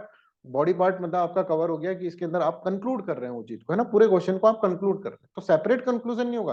तो क्वेश्चन ऐसा नहीं कि एक क्वेश्चन आपसे पूछिए what do you mean by the ethics पूछ लिया, ठीक है, और दूसरा क्वेश्चन बोल दिया कि डिफाइन सिटीजन चार्टर, ऐसा तो नहीं होगा। क्वेश्चन जो होगा वो नहीं सर, मतलब अभी अप्लाइड एथिक्स पूछा है तो मतलब उसका कंक्लूजन अलग आएगा एंड वर्चुअल एथिक्स का ऑब्वियसली ये कंक्लूजन दोनों अलग अलग आएगा। अलग बनेंगे, ये ए पार्ट है, ये क्वेश्चन, ये अलग क्वेश्चन है, ये अलग क्वेश्चन है। फोर्थ का ए पार्ट तो लिखोगे दोनों जिसके अंदर मतलब ऐसे शॉर्ट नोट में भी कंक्लूजन लिखना जरूरी है ना सर, या फिर? कंक्लूड तो कर ही सकते हैं ना, कंक्लूड करना कोई शॉर्ट नोट्स हैं तो आपके पास आप स्पेस रखें, बस कंक्लूड ऐसे करेंगे भाई। अप्लाइड एथिक्स का जैसे आपने समझा दिया इसके अंदर, तो कोई कंक्लूजन होगा नहीं। वर्चुअल एथिक्स के अंदर आपने क्रिटिसिज्म लिखते हुए कंक्लूड कर दिया उसको, ऐसा है। उसमें कोई आपने क्रिटिसिज्म लिखते हुए कंक्लूड कर दिया कि भाई देखो, इस समझाना मेन मकसद है इसके। डिफाइन के अंदर क्या है कि आप वो कॉन्सेप्ट को समझा दो साहब, बस। उसमें आपको ये नहीं रखना है कि मैं वर्चू एथिक्स को मानती हूँ या मैं मानता हूँ वर्चू एथिक्स को और वर्चू एथिक्स होना चाहिए, या फिर मैं डियोंटोलॉजी को मानता हूँ, राइट। इस तरह का आप अवॉइड कर सकते हैं, आप सिर्फ और सिर्फ कंक्लूड इस तरह से कर सकते हैं क्या भाई, है ना। या फिर एक लाइन ये भी लिख दे कि डियोंटोलॉजी अप्रोच अपनानी चाहिए, जिससे कि क्या हो, ड्यूटी बेस्ड एथिक्स रहेगा, क्योंकि गांधीयन एथिक्स है तो उसको प्रेफरेंस दे दिया, ऐसा है। पर डिफाइन ऐसा नहीं कि पहले डिफाइन तो करे नहीं और अपनी बात करने, पहले डिफाइन कर दो अच्छे से, उसको समझ में आना चाहिए कि हाँ भाई बच्चे ने इसको समझा है और इसको बता दिया है। उसके बाद आपके पास स्पेस हो, टाइम हो, तो आप ये चीजें लिख सकते हो उज्ज्वला, यस। ठीक है ना। अब लास्ट जो क्वेश्चन था, लास्ट क्वेश्चन क्या था, एक बार मैं देख लेता हूँ। Ethical dilemma. हाँ, एथिकल डिलेमा वाला, एक बार मैं पढ़ देता हूँ पूरा अच्छे से ना। अब वो क्वेश्चन है ना, बड़ा अच्छा क्वेश्चन है। उस क्वेश्चन में ये पूछा गया है साहब कि उस क्वेश्चन में भी आप लोगों ने थोड़ी बहुत गलती करी। What do you understand by ethical dilemma, है ना। एक क्वेश्चन आपको यूपीएससी में ऐसा मिलेगा कि what do you understand by ethical dilemma, bring out some example of ethical dilemma faced by you in your daily life. अब ये समझिए कि ये आपका अपने मन की बात बताने की है, पर मन की बात बताते वक्त जैसे बह मत जाना, ठीक है। मन की बात में भी तुम्हें अपना वैल्यू सिस्टम बताना है। ये क्वेश्चन इसलिए है क्योंकि आप कभी इथिकल डिलेमा में फंसे हो तो आपने किस तरह से उससे निकल कर आया। तो यहां पर एक तरह से आपकी वैल्यू सिस्टम आपकी समझने की कोशिश कर रहा है कि मैं उज्ज्वला को उसके आंसर राइटिंग से मैं उसका कैरेक्टरिस्टिक्स कैसे समझू, उसकी उसके अंदर क्या वैल्यू सिस्टम है वो कैसे समझू। ये क्वेश्चन दे देता हूं चलो, कि एक उसको बोलता हूँ एथिकल डिलेमा क्या होता है, डेफिनेशन आती होगी तो लिख देगी, है ना। फिर उसके बाद एथिकल डिलेमा में वो कहां फंसी और वो किस तरह से उससे निकले, दैट इज इंपॉर्टेंट। तो यहाँ पर अगर तुम अपने, अब देखो कई बच्चों ने क्या करा, यहाँ पर अपने एग्जाम्पल ही नहीं दिया। वो बोला हमको क्वेश्चन में पूछा है कि क्वेश्चन का मेन मकसद ये है कि क्या आपने फेस करा है डेली लाइफ में, ये इसलिए है कि हमने ये डेली लाइफ में फेस करा साहब, और हम इससे देखो इस तरह से निकल कर आ गए। आपको इस क्वेश्चन में बताना था एथिकल डिलेमा में जब हम फंसे ना, तो हम ऐसे नहीं है कि भाई बार बार में कंफ्यूज हो रहे हैं कि क्या करें कि क्या नहीं करें। हमने एक डिसीजन ले लिया और वो डिसीजन जो है पूरा का पूरा मोरल वैल्यू सिस्टम पे बेस्ड है, ठीक है। और वो डिसीजन हमने हम इमोशन के ऊपर नहीं देखे, हमने बिल्कुल इमोशनल इंटेलिजेंस हमारे अंदर रखी, कि हमने अपने इमोशंस को समझा, उसके बेसिस पे हमने डिसीजन लिया उस वक्त, ठीक है, और वो जो डिसीजन था वो राइट था, ड्यूटी बेस्ड डिसीजन था, ठीक है। हमारी ड्यूटी को हमने सुप्रीम रखा, क्योंकि डिलेमा आ रहा है कि ड्यूटी और एंड में डिलेमा आ रहा है, तो हमने ड्यूटी को सुप्रीम रखा और ड्यूटी के ऊपर अडिग रहे और उसके बेसिस पे हमने चीजें करी। हम ऐसे नहीं कि हम हार या कायर नहीं है, या हम ऐसे नहीं कि हम बहुत वीक, ऐसे भी नहीं दिखाना कि हम बहुत वीक हो गए और हमने सोचा कि अब क्या होगा लाइफ के अंदर, ऐसा नहीं दिखाना। हम ऑप्टिमिस्टिक है, ये दिखाना है आपको। एथिकल डिलेमा में फंसते हैं तो हम ऐसा नहीं देखते। आप भी देखिए लाइफ में कभी भी प्रॉब्लम आती है तो 1% ऐसा होता है बिल्कुल हार के बैठ जाता है, 1% होता है जो फाइट करता है उस प्रॉब्लम से निकल रहा है, तो निकलते वक्त वो आप अपने आप को स्ट्रांग दिखाते हुए निकल रहा है। आपको इस तरह से दिखाना है आपके, है ना, एथिकल। और ये चीज है ना, आपका सच्चाई लिखो, इसके अंदर आप सच्चाई लिखो, मतलब सच्चाई लिखो, पर ऐसा हो सकता है उस वक्त वीक हो। सच्चाई लिखने का मतलब क्या है, कोई ऐसा इवेंट जो आपके अंदर हुआ हो, लाइफ के अंदर हुआ हो। जैसे कई बच्चों ने लिखा है पर्सनल इवेंट्स लिखे हैं, तो मैं उसको डिस्कस नहीं कर रहा हूँ, पर लिखे है बच्चों ने कि भाई हमारे साथ ऐसा ऐसा हुआ, पर उसमें अपने आप को वीक शो मत करो। हाँ ठीक है, ये हो गई हमारे साथ, ये एथिकल डिलेमा आया था, हमने उसको एक तरह से प्रॉब्लम सॉल्विंग अप्रोच की तरह लिखा रखा, और उसको हमने आगे की तरफ उसके अंदर इस तरह की अप्रोच अपन ने अपनाई। तो अब अगर हम यूपीएससी क्लियर करके सिविल सर्वेंट बनते हैं तो भी हमारे सामने एथिकल डिलेमा आएगा, तब हम ऐसे हार के बैठ नहीं जाएंगे, हम उसको देखेंगे अच्छे से, उसको एक प्रॉब्लम सॉल्विंग की तरह रखेंगे, और फिर उसको ऑप्टिमिस्टिकली हमने उसको इस तरह से कर लिया कि फाइनली हम उस डिलेमा से बाहर निकल गए, फंसे नहीं रह गए साहब डिलेमा।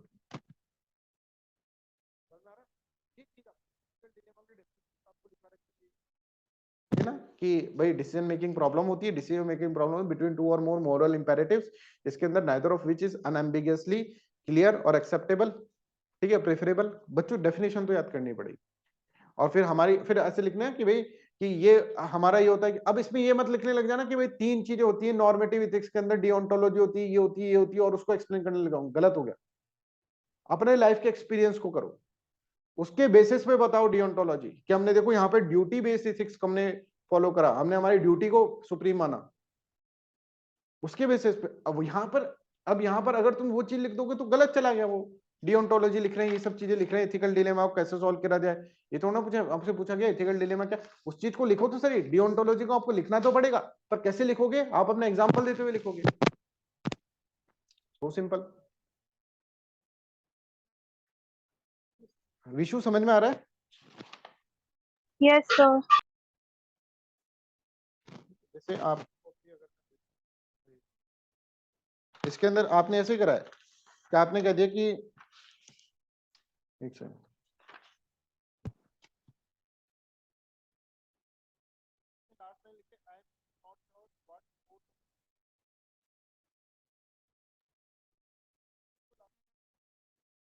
एथिकल डिलेमा से निकलो, तुम तो यहीं पर रह गए। लिस्ट ने लास्ट के अंदर लास्ट लाइन इसकी क्वेश्चन की है, I am still not sure what course of action should I take.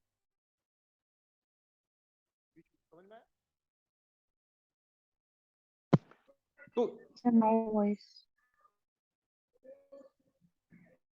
अच्छा, ये आज का ही प्रॉब्लम है ना, वॉइस ठीक हो जाएगा कल। अभी ठीक है, अभी समझ में सुन रहा है सबको? हाँ सर। अभी सुन रहा है क्या सबको?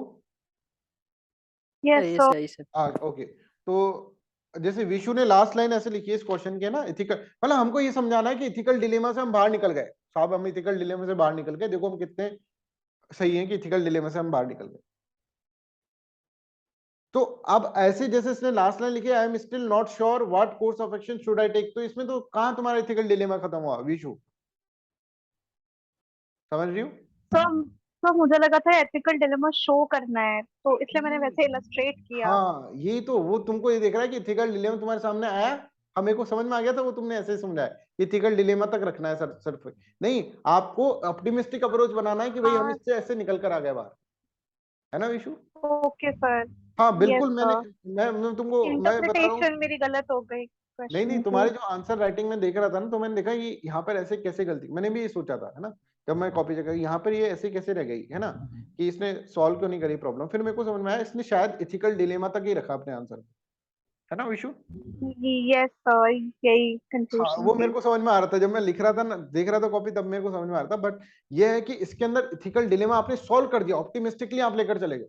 अगर आप लास्ट में बोलेंगे I am not still sure कि मैंने सही करा कि गलत करा, तो भाई कैसे सिविल सर्वेंट हो फिर तुम? सोच कर देखो, जो एथिकल डिलेमा सर आया मुझे हाँ सर मुझे कंक्लूजन में ही दिक्कत होती है, मतलब क्वेश्चंस में। हाँ, तो कंक्लूजन आप समझ में आया, कंक्लूजन कैसे लिखना चाहिए? Yes sir. ऑप्टिमिस्टिक होना चाहिए हमेशा, कोई सजेशन होना चाहिए। तुम्हें ये दिखना है ना भाई, तुम ऐसे थोड़ा ना कि हारे हुए आदमी हो, ये थोड़ा ना दिखाना है तुमको। तुमको तो ये दिखाना है कि हमने देखो इसको कितना अच्छे से लेकर चले गए, सॉल्व कर दिया।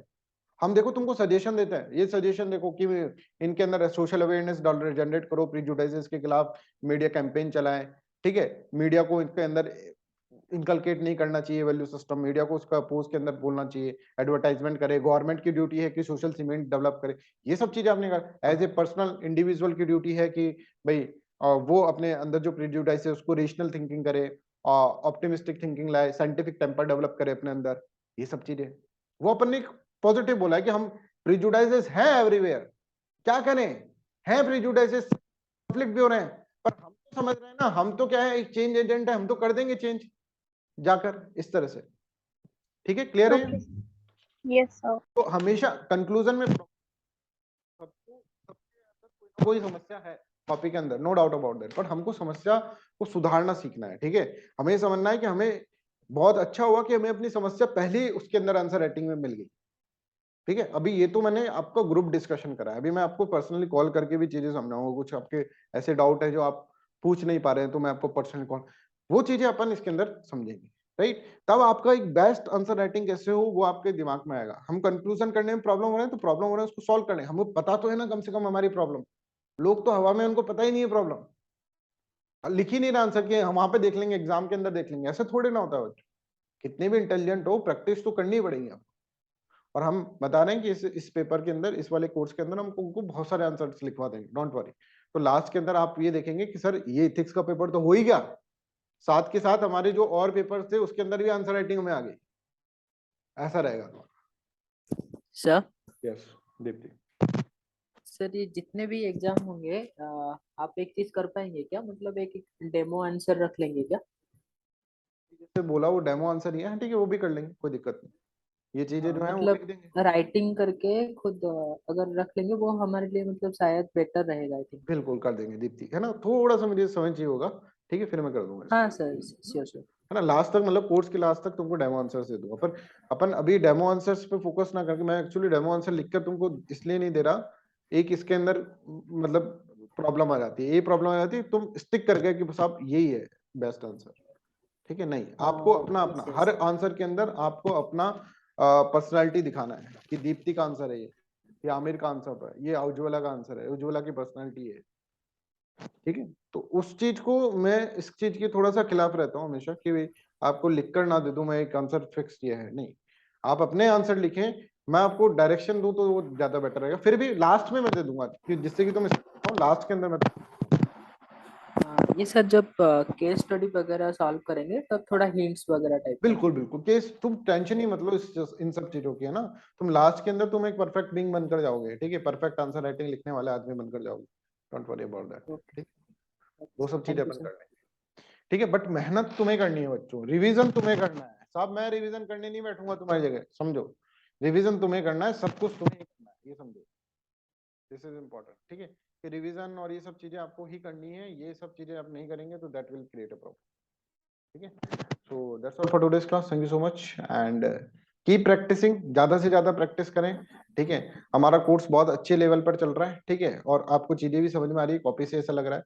इनकी भी कॉपी चेक नहीं हुई, जल्दी ही मिल जाएंगी, आज मैं बैठकर कर देता हूँ, रात में सारी कॉपी चेक कर देता हूँ आप लोगों की, जिससे कि आपको चीजें समझ में आ जाएंगी, है ना। सो कोई भी डाउट हो आप पर्सनली कॉल करके पूछ सकते हैं, I will do a personal call. ठीक है, कल से मैं पर्सनल कॉल करना स्टार्ट करता हूँ, आज तो थोड़ा कॉपीज के अंदर ही टाइम लग गया। ठीक है, कल से मैं स्टार्ट करूँ। ठीक है, सो दैट्स ऑल।